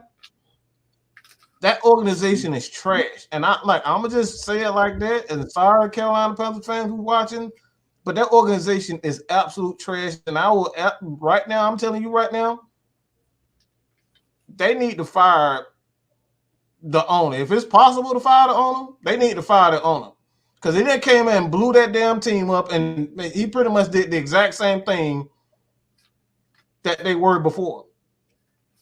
There's no change. There's no changes whatsoever. They're the same stupid team that they were before. Let's just get a bunch of defenders and run the ball, get a quarterback who can check the ball down and run. Oh man. And they didn't even build their damn offensive line. That's the most shocking thing right there. You brought Sam Darnold in and you didn't add anything to the offensive line. That's terrible. Yeah, you need that offensive line. But here we got another $1.99 super chat. $1.99. Popcorn Movie Game said, is Jalen Hawkins a starter with 2 picks? Yep, I said that about 3-4 weeks ago. I said that about 3-4 weeks ago that man is the starting safety. He just have those safety instincts, he just plays like a safety. He's almost, I'm going to say this, he's almost Isaiah Oliver with a bigger body. He's almost Isaiah, because you can put him in that role position, and he got enough athleticism to stick with certain corners. Because I don't know if you've seen him. I've seen it all the way from, the preseason, how he came on that blitz. And that dude closed on the ball so fast, and he ended up getting a sack. But he's been doing those things. His closing speed, once he recognizes, those are the things that you see out of like guys like Ed Reed. You don't see that. When they see a play, they get to it. And he may not run a 4-3 or 4-2, but when he sees play, he goes and he attacks it. That right there, the difference between football speed and natural speed. He has football speed and football instincts, and that's why I believe if he continued to study the game, he can be the starting safety for the Falcons. The dude is just a playmaker. You hit the nail on the head, Mike, when you said that. I like that they had a plan with bringing in Harmon and bringing in Eric Harris. Both of those guys on 1-year deals. They really just brought those guys in here because they knew the scheme, and they brought them here to bring these young guys along. Because this is a bold statement right here that I'm finna make. I really think that Richie Grant and Hawkins are going to be the starting safeties next year. I don't think you bring back Harris or Deron Harmon. I think you bring them guys in to kind of just be bridge guys. Mm-hmm. And I kind of talked about this in the offseason. It reminds me of when we had Paul Warlow and Sean Weatherspoon, and we drafted Devondre Campbell. We drafted Deion Jones. I believe that first game of that season, they started Paul Warlow and Sean Weatherspoon. But those guys were just veteran guys that were just filling the shoes until the younger guys learned what they needed to do. After like a couple games, Deion Jones and Devondre Campbell hit the ground running, and they were the starters. And I see the same thing happening with Richie Grant, and the same thing happening with Jayhawk. Jalen Hawkins. I think that both of those guys are going to be our starting safeties next year.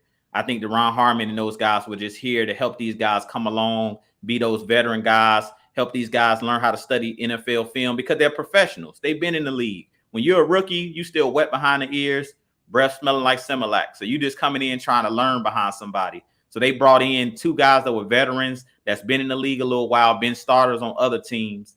And Deron Harmon, he actually won championships with the Patriots. So they brought in just that veteran, guy, that glue guy that can teach these guys. But now Hawkins, he's playing with that confidence. If you watch the way he plays, Dean Pease talked about attacking the football, like attacking the football at its highest point. If you watch the interceptions that he's had, what Mike is talking about, he has those instincts where he's going after the football. Some of the instincts that I think that a guy like Eric Harris doesn't have. Because we've seen Eric Harris get his hands on footballs and he dropped them. The same type of opportunities that Jayhawk has come down with 2 interceptions were the same opportunities that Eric Harris had that he dropped in that one game. So, as we always say, that the best players play. They said it was going to be competition, and they didn't lie to us. It's really competition because I'm seeing more Richie Grant and I'm seeing more Jayhawk. So I love what the coaching staff is doing. They're not lying to the media. They're giving us the truth. If the guy's out there balling, he gonna play. Dude's balling. So Eric Harris, he got injured today, hurt his shoulder. He might not get his spot break. He might be backing up Jayhawk because Jayhawk is making plays. And that's what this team needs. They just need guys that's going to be able to make the plays when they need to. One thing I need to take out of this game is, but AJ Terrell gonna have to calm down a little bit, boy, because his ass getting hurt every game now. It's like I understand the physicality; he wants to be physical, but god damn. Yeah, he got to start running head first into the wall. He got to talk to Deion Sanders and learn how to start making some business decisions. I want to see him get that big contract, but he gonna have to just call prime time and say, "Look, dog, it's a time and a place for all that." But yeah, yeah, you're right about that. But like I said, I like the aggressiveness. I love it. I love it. Like I said, he's setting the tone for the secondary out there as far as the physicality. Sometimes just throw the shoulder at the thighs or something next time. He kind of learned. I think what it was the same injury. He didn't go out with I think it was just the lingering from the first one. So I think he'll be okay. I don't think it's a concussion. Thank God for that. But right. I think they said it was neck stiffness and whatnot. It's like you do some, you do your natural, massage and all that ice. It's like he'll be fine. I think AJ Terrell will be fine. But like you said, he's gonna start have to make some business decisions. It's okay to be it's okay to be an aggressive corner, but we need you to be our shutdown corner, and let that be Jayhawk and let that be the safety.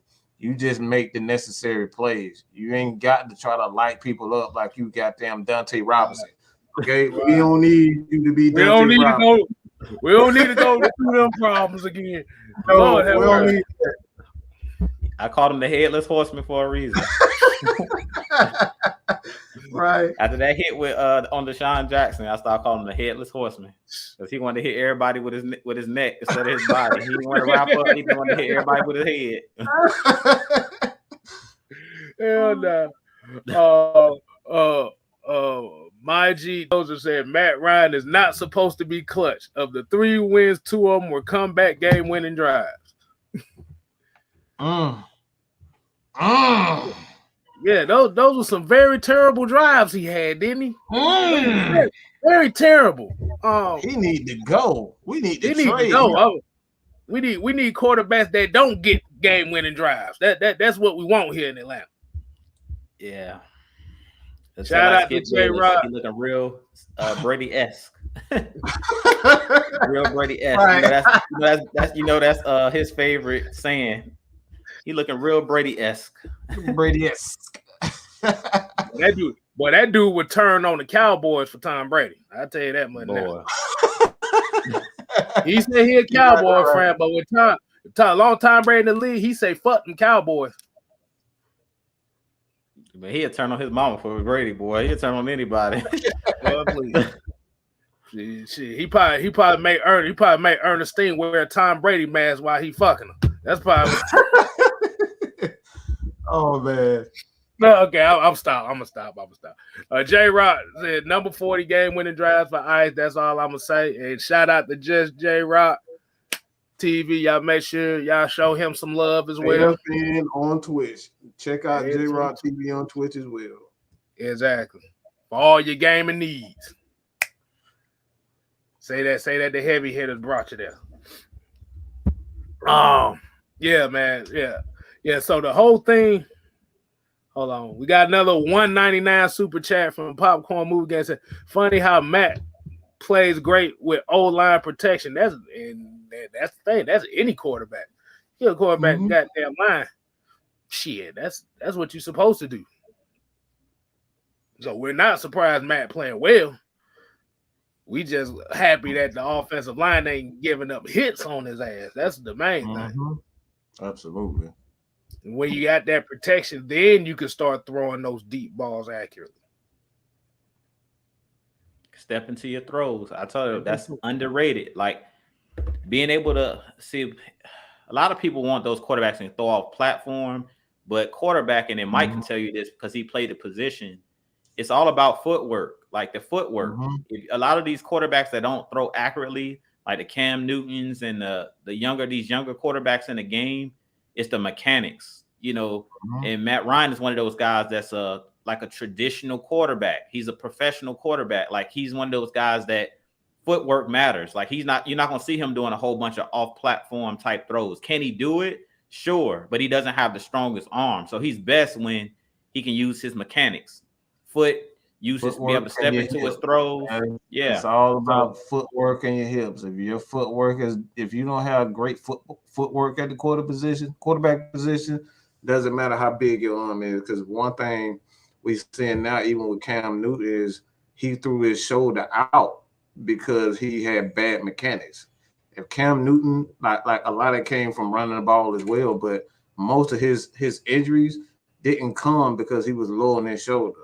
His arm wore down because he had bad mechanics to begin with. A lot of people with big time arms. This is why Aaron Rodgers continued to throw the ball as hard as he can throw it, because he has great footwork. He still had that big time arm, and his arm, of course, he's had injuries. But when you have great footwork, this is why Andy Reid wanted to put Patrick Mahomes in the pocket. He didn't want him to become a runner. He didn't want him to get outside the pocket, because one of the hardest thing to do as a quarterback is to run out of the pocket and throw the ball accurately. That's why they try to, at least if you see scheme, I'm gonna give you some scheme. Y'all know I'm the scheme guy here. What they try to do with mobile quarterbacks, they always have that tight end that's gonna stop anybody from coming backwards. They always have, when you roll them out, they got a tight end, a running back, a receiver to either crack back or shield that person from getting to the quarterback. So it's like what they're trying to do with that, because they want the quarterback to have that extra second or two so he can stop, plant the ball, and then throw the ball accurately. You can't throw the ball. It's only a few quarterbacks in the league that can throw the ball on the run. And not even Matt Ryan can continue to do that consistently. That's an unnatural motion. So again, running quarterbacks is all sexy, but at the end of the day, you gotta have the footwork, and we got those. Go ahead, K-Style. You get it. Got the $1.99 super chat from JC730. Holla, holla, holla. He said, how do you guys feel about Debo today? Debo had a hell of a game today. I mean, those guys was amazing. It was the tackles for losses for me. from him. Everybody else was there missing tackles. He didn't really miss too many times. I think he may have missed one, but he was pretty consistent the whole day. And that one sack he got on Tua, he almost blew his damn leg out trying to get that damn sack, but he got it. Right. Oh, man. Tua club is hell, man.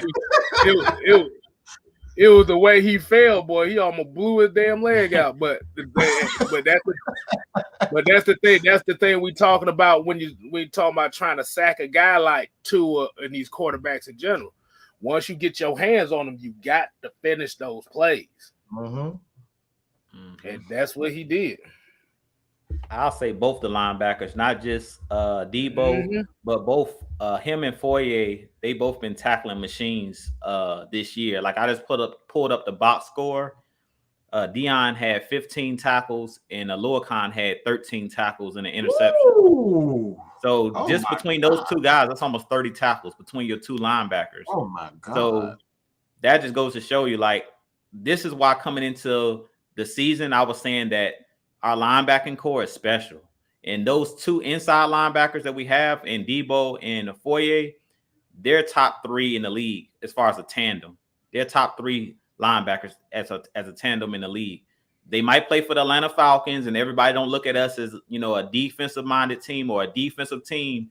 But if they play for any other team, like a Dallas Cowboys, Pittsburgh Steelers, their name would be out there. Like a Foye and Dion, they both special. And both of those guys, I think, they're tops in the league as far as tackles. If you go look at it, I think that both of them are over, like, they're near 50, north of 50 tackles already on the season. So both of those guys are going to have over 100 tackles if they stay healthy, knock on wood. If they stay healthy this season, I think both of them will end up having over 100 tackles, which is crazy for two different linebackers. Usually you have one guy that's over 100, but those guys, they're having a special season. And we ain't seen Debo get his hands on one of those pick sixes, but I know it's coming because every year he's good for at least one. I thought Foye had one today, but it seemed like for whatever reason, Foye get too excited and he run out of energy. We seen it last year against the Chiefs, where he always get tracked down somehow. This time he didn't actually fumble the ball. Right. He actually held on to the ball, but he got tracked down by Jalen Waddle. But he tried to turn on the Jets. He just fell short by like 15 yards. So it still was an impact play. So both of those guys are special. All right, but we got some more super chats we got to get into, man. We got a $4.99 super chat. Wendell Pierce said, Ogundeji looked like he's going to be great. What's your thought on trading Dante Fowler before the deadline? He's way overpaid. Whoa. Yeah, go ahead, dude. I knew you were going to say. I knew you were going to get this. Hey, hold on now. Hold on. I was just rewatching y'all show yesterday on Friday Night Madness. Y'all talking about Dante Fowler. I'm like, hold on now. Let's hold our horses. Don't get rid of Dante. Y'all know Dante. That's my dog right there. And I think Ogundeji is a guy that's going to be, in years to come, he could be that breakout star, could be that number one pass rusher on your team. But as I mentioned with the safeties, you need that elder statesman, as K-Styles always say. You need that veteran leadership in the locker room. You need that guy who's been there and done that. And that's Dante Fowler on this team. To me, Dante Fowler is one of those guys. In this game today, he would have excelled. And that's why I hate that he was injured. Because today's game, I think he could have really had a couple sacks or at least a sack in this game because we played with a lead. How many times have I been saying we can play with the lead? That's when you can pin your ears back. Because really, this game should have got out of hand. But the reason it didn't is, if you guys noticed, we didn't get a ton of pressure on Tua today. He was getting that ball out quick, but we didn't. Even when he wasn't getting the ball out quick, the pocket, he had a decent pocket. He was able to deliver the ball. So that run pass option. That's why it's that run pass option, because you got to sit back and wait. You got to wait for it. You can't. You like that's why Jew. That's why Jew and I kept saying earlier. And y'all got to continue to watch on the heavy hitters on Tuesday. Is that run pass option? There's only so much you can do. The only thing, the way you defend the run pass option is that you have to get out to a fast start. If you get off to a slow start, it's going to be a slow, methodical, boring game. And that's ultimately and that's why I say a lot of Tua's stats as a passer is artificial because he's not really progressing as a quarterback. All he's doing is really checking the ball down, and the athletes are really doing all the work. And that's why you got guys like Jalen Waddle who are he was drafted so high because he's a great guy with yak yards. He's not a very good crisp route runner. He's an excellent athlete, but even Gaskins is a great guy. He breaks tackle. He's good after the catch, and those are the type of athlete that you need. So a lot of his stats are just Gesicki. He's another one. Like the dude is just a great tight end. He's a good tight end. But and that all like at the end of the day, Miami goes. I just don't think Tua is just a very good quarterback. At the end of the day, I just don't think he's a quarterback. They're gonna have to bring. I don't know if they're gonna have to bring in an offensive guy. I don't believe in Mike Brian Flores. I think he's a defensive coordinator. He should never be a head coach. Defensively, I just don't see them getting any better. So Miami got a lot of decisions to make. They really do. They gotta if anything, if these stories or rumors are true, they gotta go out and get Watson. And even that is tricky because we don't know if these allegations against him are true. So Miami, I just feel for the fans of Miami because this team look like they ain't been shit since Dan Marino. They look like they ain't gonna be shit since they in trouble. They in trouble. That franchise is in a lot of trouble. I'm just gonna be honest. They look like they hopeless at this point. But get this other five. We got a couple more $5 super chat to get through. Matty Ice came with Matty Go said with the $5 super chat. He said Matt Ryan, #1 completing passes on the run. I just need him to slide down after running and protecting the ball. He made a mistake. He human. He was trying to make a play. But like I said, he's so used to having a Julio Jones that will break his route off and understand. And that's the next progression. Like we've seen this team progress from week 1 to week 5 or 6, wherever we are now. That's going to be the next step for a guy like Kyle Pitts to understand coming back to the football. Like when your quarterback gets in trouble, you can't keep running down the field. Like you have to break your route off and come back to the football. And if you go look at that play, nobody broke their route off and came back to the football. So all of a sudden, Matt Ryan was like, well, either throw the ball out of bounds, which I think was 3rd down. It was either he could throw the ball out of bounds or try to run for the 1st down, which we know Matt Ryan is not the most fleet of foot when you're trying to run away from somebody. We ain't going to talk about Tua getting tracked down by Marlon Davidson and almost Marlon Davidson. We ain't going to talk about that. We ain't going to talk about that, but yeah. That man almost tore his ACL on that same play. I don't know what he was. That man stumbling, bumbling, rumbling, fumbling. Yeah, man. So, like I said, I think everybody you're going to have your mistakes. Matt Ryan does have to be better in that spot. I'd rather just see Matt Ryan just chuck that ball out of bounds because every time Matt Ryan takes a big hit or takes any type of hit, I get worried because I just want him to stay upright. Because without Matt Ryan, we in trouble. So I do not want to see our backup quarterbacks. If we want to make the playoffs and have a chance, you better pray to whoever you pray to that Matt Ryan stays healthy. Right. But and then Matty Goss came with another one. He said, I seen Mean celebrating after somebody else makes a play. Tyler had one good play, but nothing else. Exactly. Like I said, Stephen Means is the residential cheerleader right now. I'm just tired of Tyler Davidson. Yeah, man. Yeah, he got, like I said, we got to get bigger in the trenches, period. Because when I kind of want to go back to what Mike was talking about with the RPOs. Another way you kill the RPO is have 2 big guys up front that can just penetrate all day and destroy that. Because the guy on the edge, his job is basically to hold the point and figure out who has the ball, just in case the quarterback pulls it out of the running back's belly and take off on the outside. So basically as a defensive end, sometimes you even unblock, you in no man's land, basically. You don't know if you can't really be super aggressive.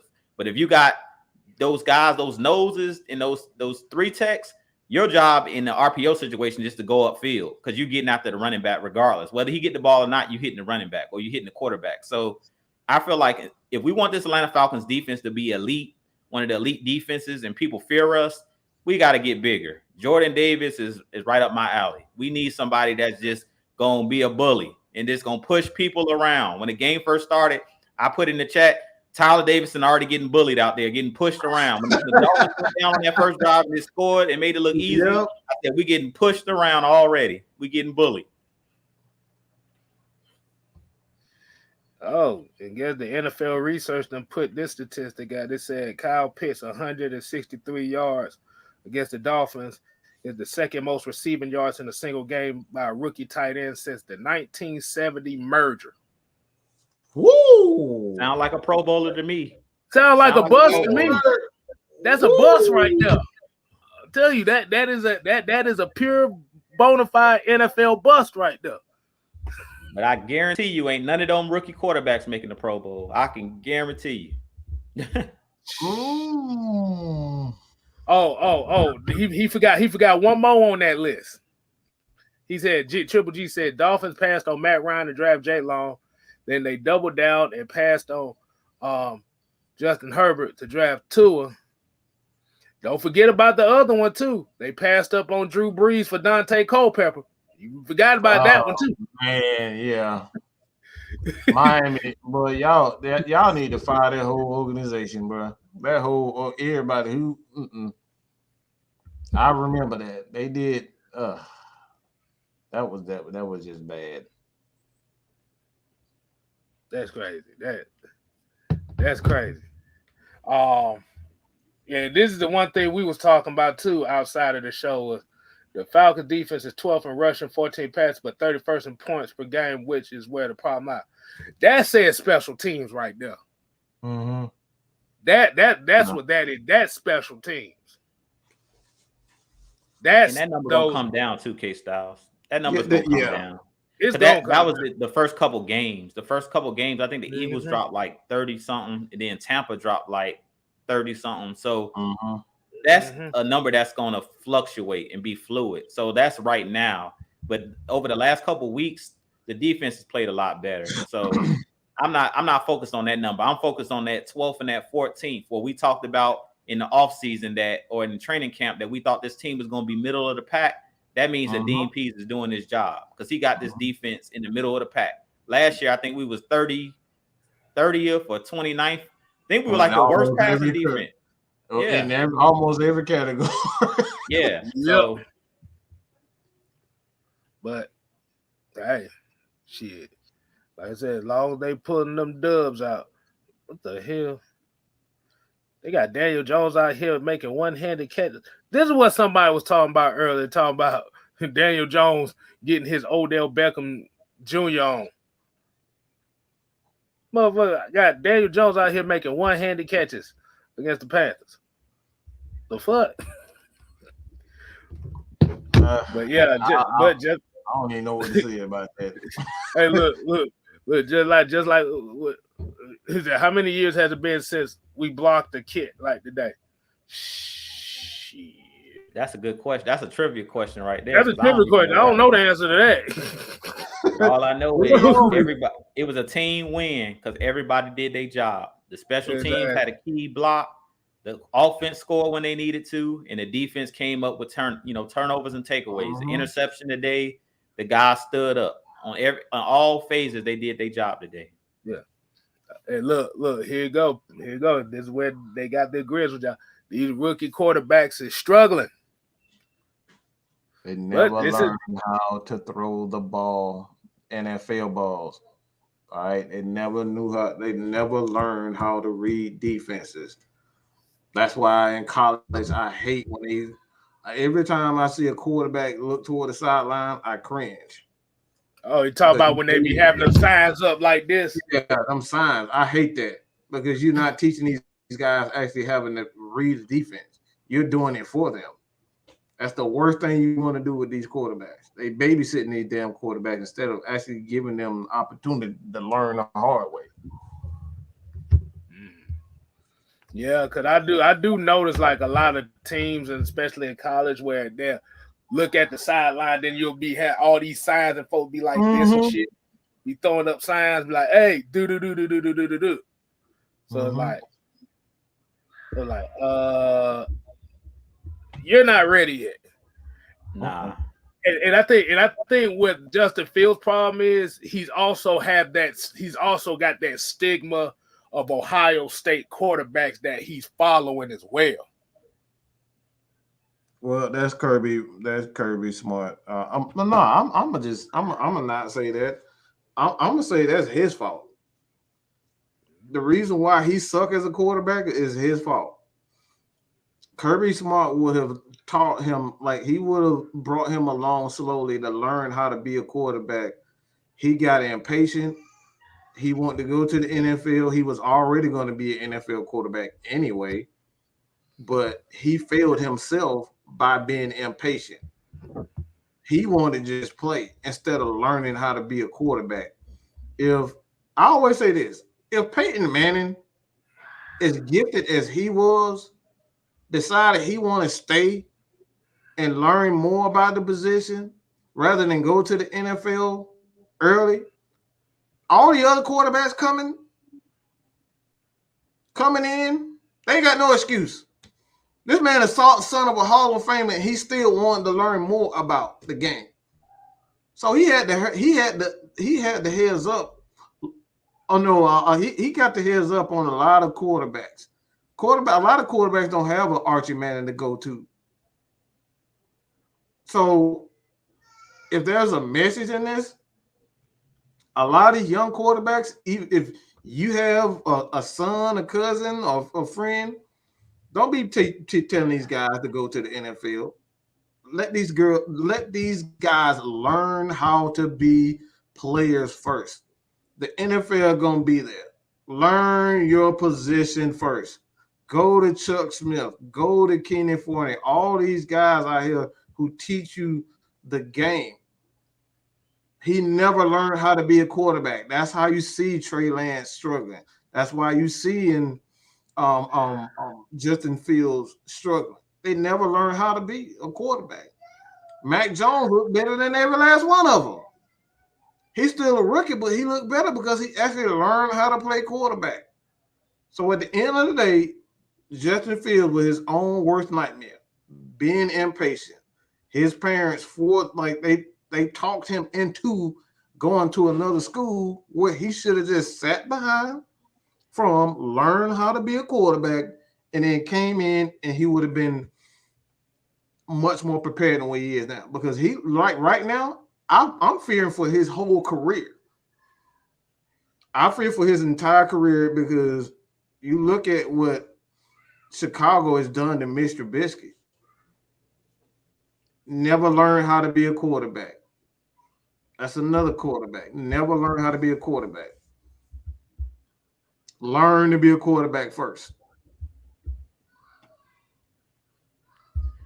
Yeah, I had to say that's Chicago in general. They pretty much ruined every quarterback they didn't had. And like we always say, you just gotta know. It's all about where you're drafted. Like we always talk about Pat Mahomes being drafted by the Kansas City Chiefs, like going into a perfect situation.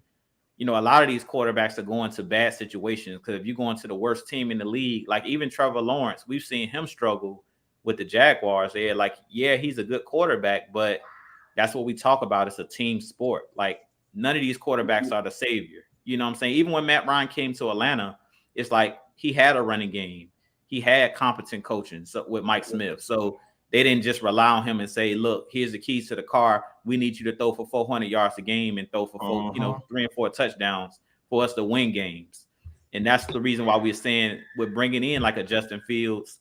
Why bring him in? But if you are going to bring him in, coming to Atlanta probably would have been one of the better situations for him because you're learning from a Hall of Famer in Matt Ryan that's not afraid to teach you the tricks of the trade. You know what I'm saying? So to be honest, sometimes wanting to play now, like a lot of these guys like Trey Lance and I don't want to sit behind somebody. I want to play now.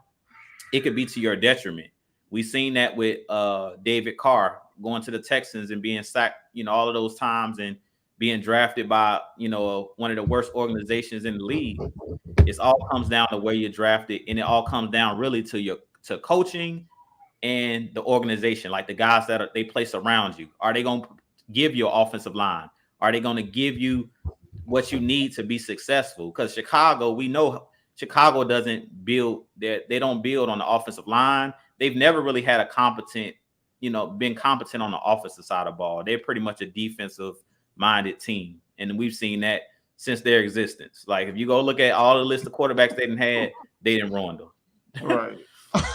So if you're a quarterback, you don't want to go to Chicago. If I'm a quarterback getting drafted, I'm gonna do like Eli did when he got drafted, I think by the Chargers. He said, "Nah, I ain't coming there. I would trade me." Trade me.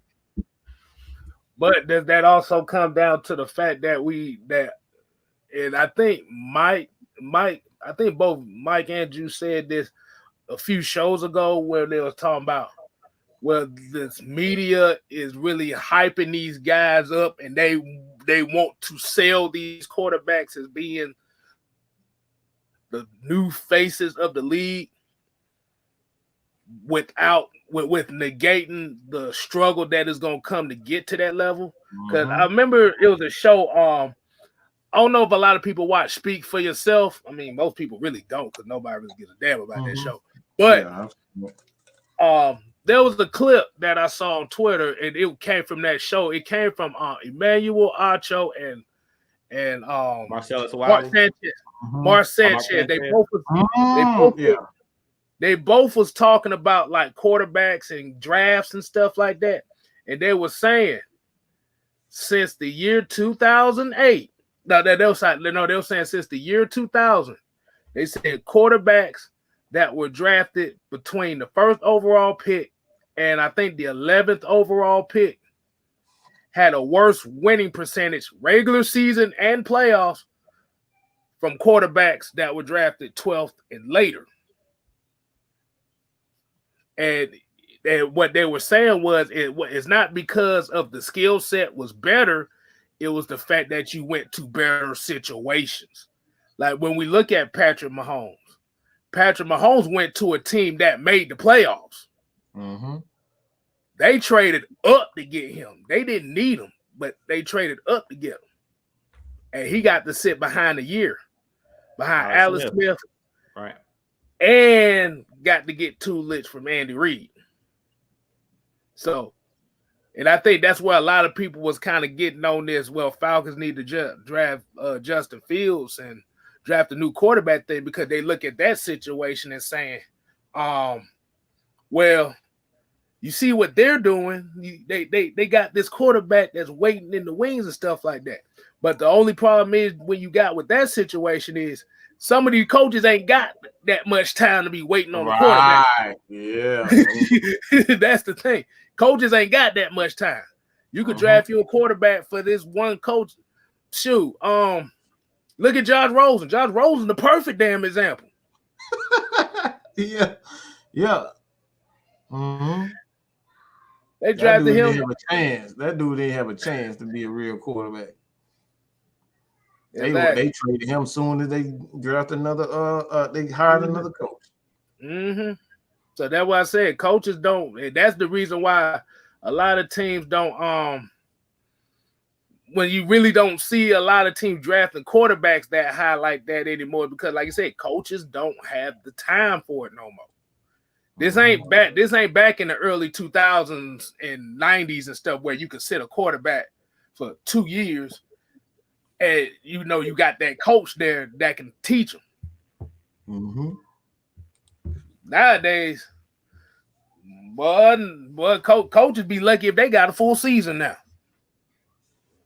Yeah. Mm-hmm. Most NFL coaches have 1 or 2 years to showcase some type of improvement. If you don't have any type of improvement and your team just getting worse, or players, most of all, players don't believe in what you're doing and they're not, going to bat for you. And quite frankly, that's one of the reasons why we kind of kept Dan Quinn, I think at least 2 seasons too long, because we had guys like Julio Jones going to bat for him. So it's like, if you don't have those players going to bat for you and they don't believe in your system, coaches don't even have that. And like a lot of that ruin players' careers because the next coach that comes in, they don't really want those guys. They want their own players. Right. And then this comment right here from Billy Mills says, so you said Jordan Love gonna be scared when A-Rod leaves. That ain't a guarantee neither. That ain't a guarantee either. Well, has he ever been scared? See, his name Jordan Love. I don't trust nobody who named Love playing football. You crazy?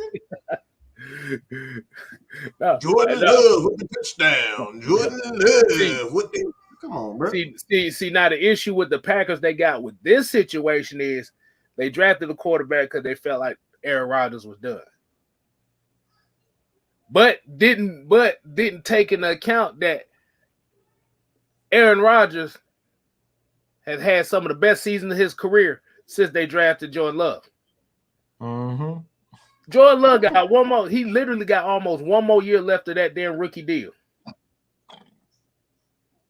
So if Aaron Rodgers leaves after this season, they only got 1 year to find out if Jordan Love is really the guy or not.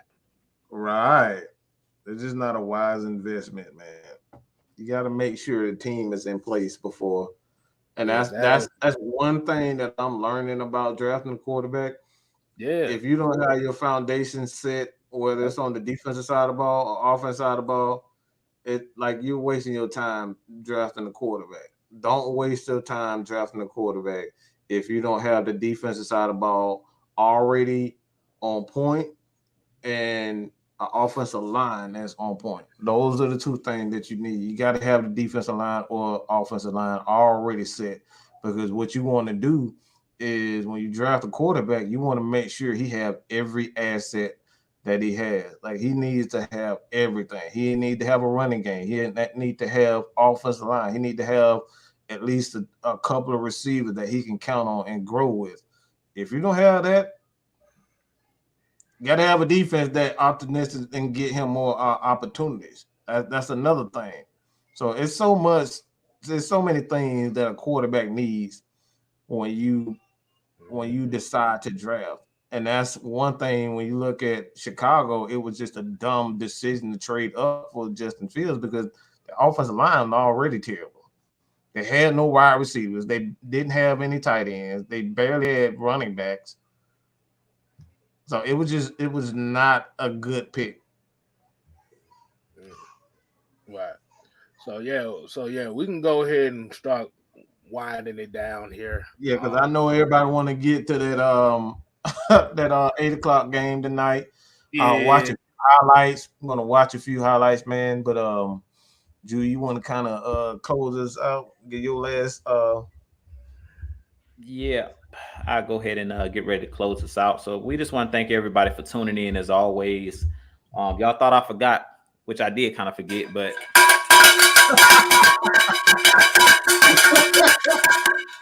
yeah, we got about that damn bell.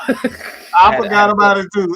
I had to pull the bell out, the victory bell. Yeah, we got us a W today. So look, we finally won 2 games in a row. Yeah, it was between a bye, but we can say we finally on somewhat of a winning streak. Mm-hmm. We just got to win next week against Carolina at home. And this next game is going to be crucial because this is a home game. And I don't know if you guys realize it, but I talked about it in my preview video. We haven't got a win at home so far this season. All of our victories have been on the road. So Arthur Smith talked about creating that winning culture and also giving the fans, the home fans, something to cheer about. Like we're beating teams, we're beating them on the road.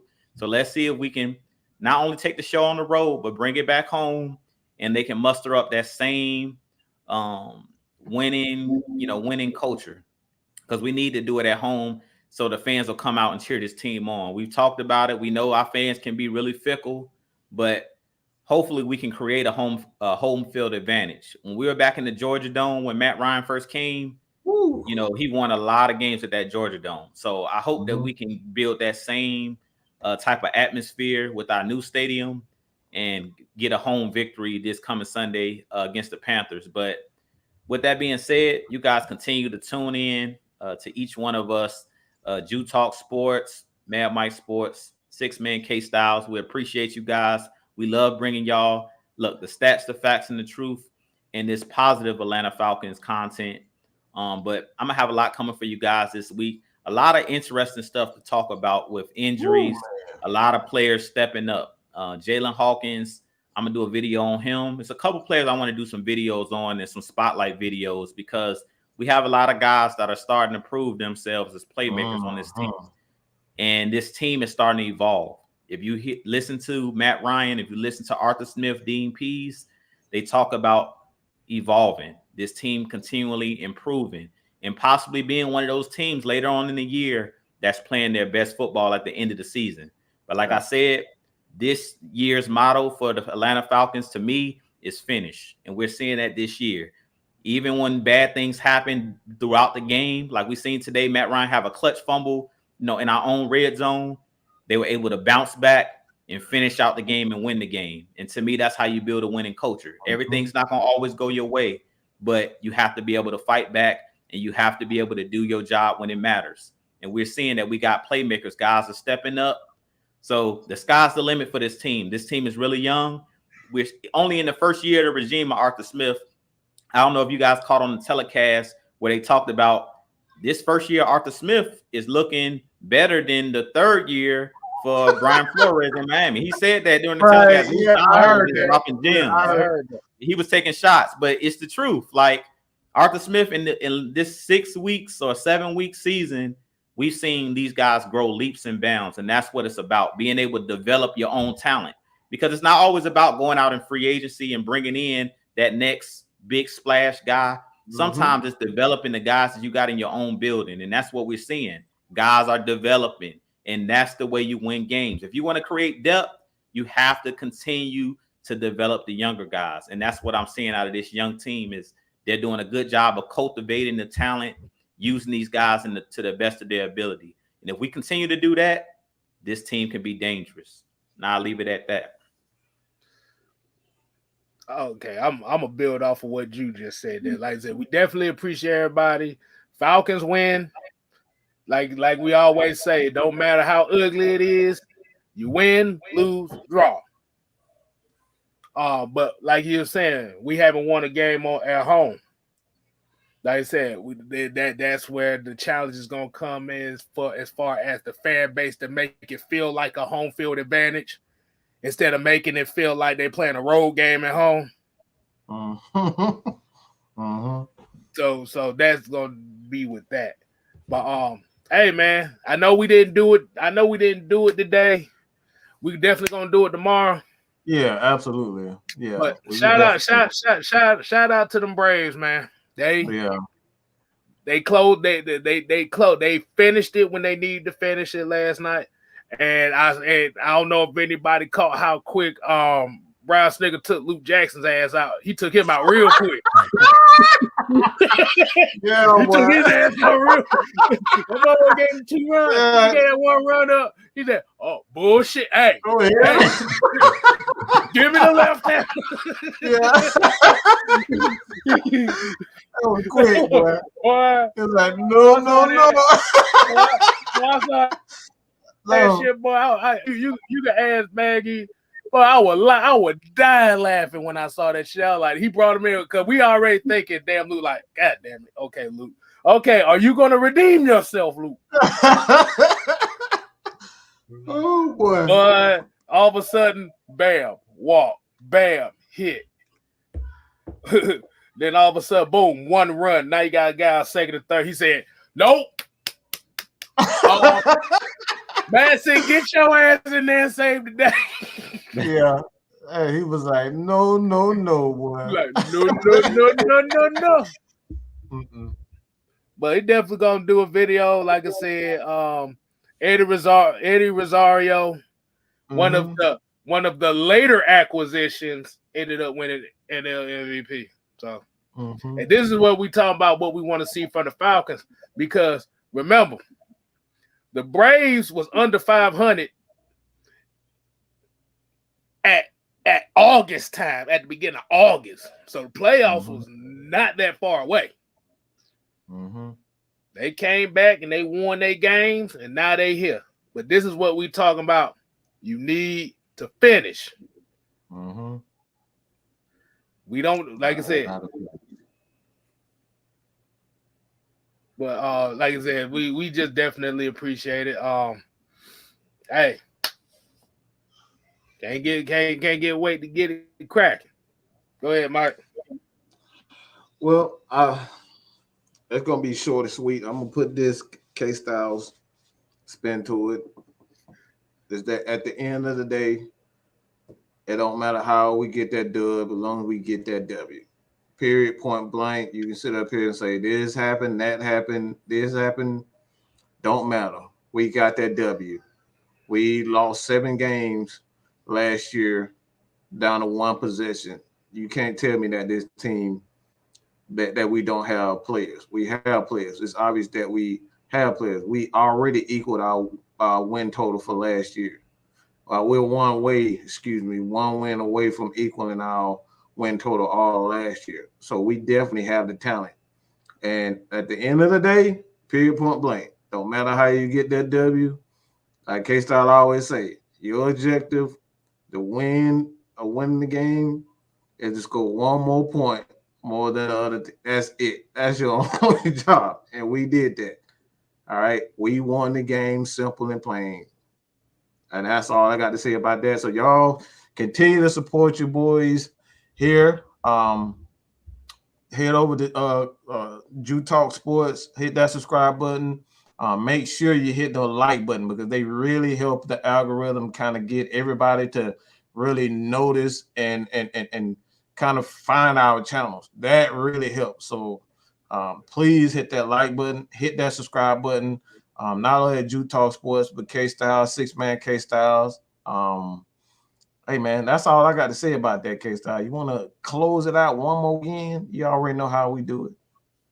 Hold on. Let me make sure. I'm going to go ahead and I'm going to say this right. I'm going to go ahead and say this right here. Let me go ahead and put the white light on now.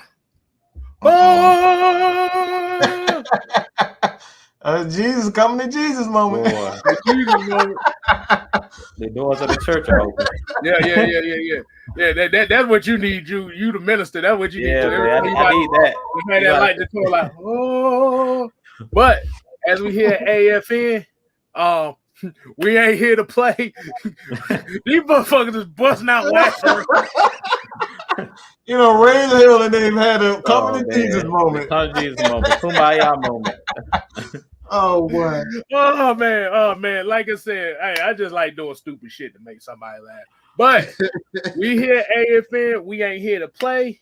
We here to stay. You ain't gotta go home. But you gotta get the hell out of here.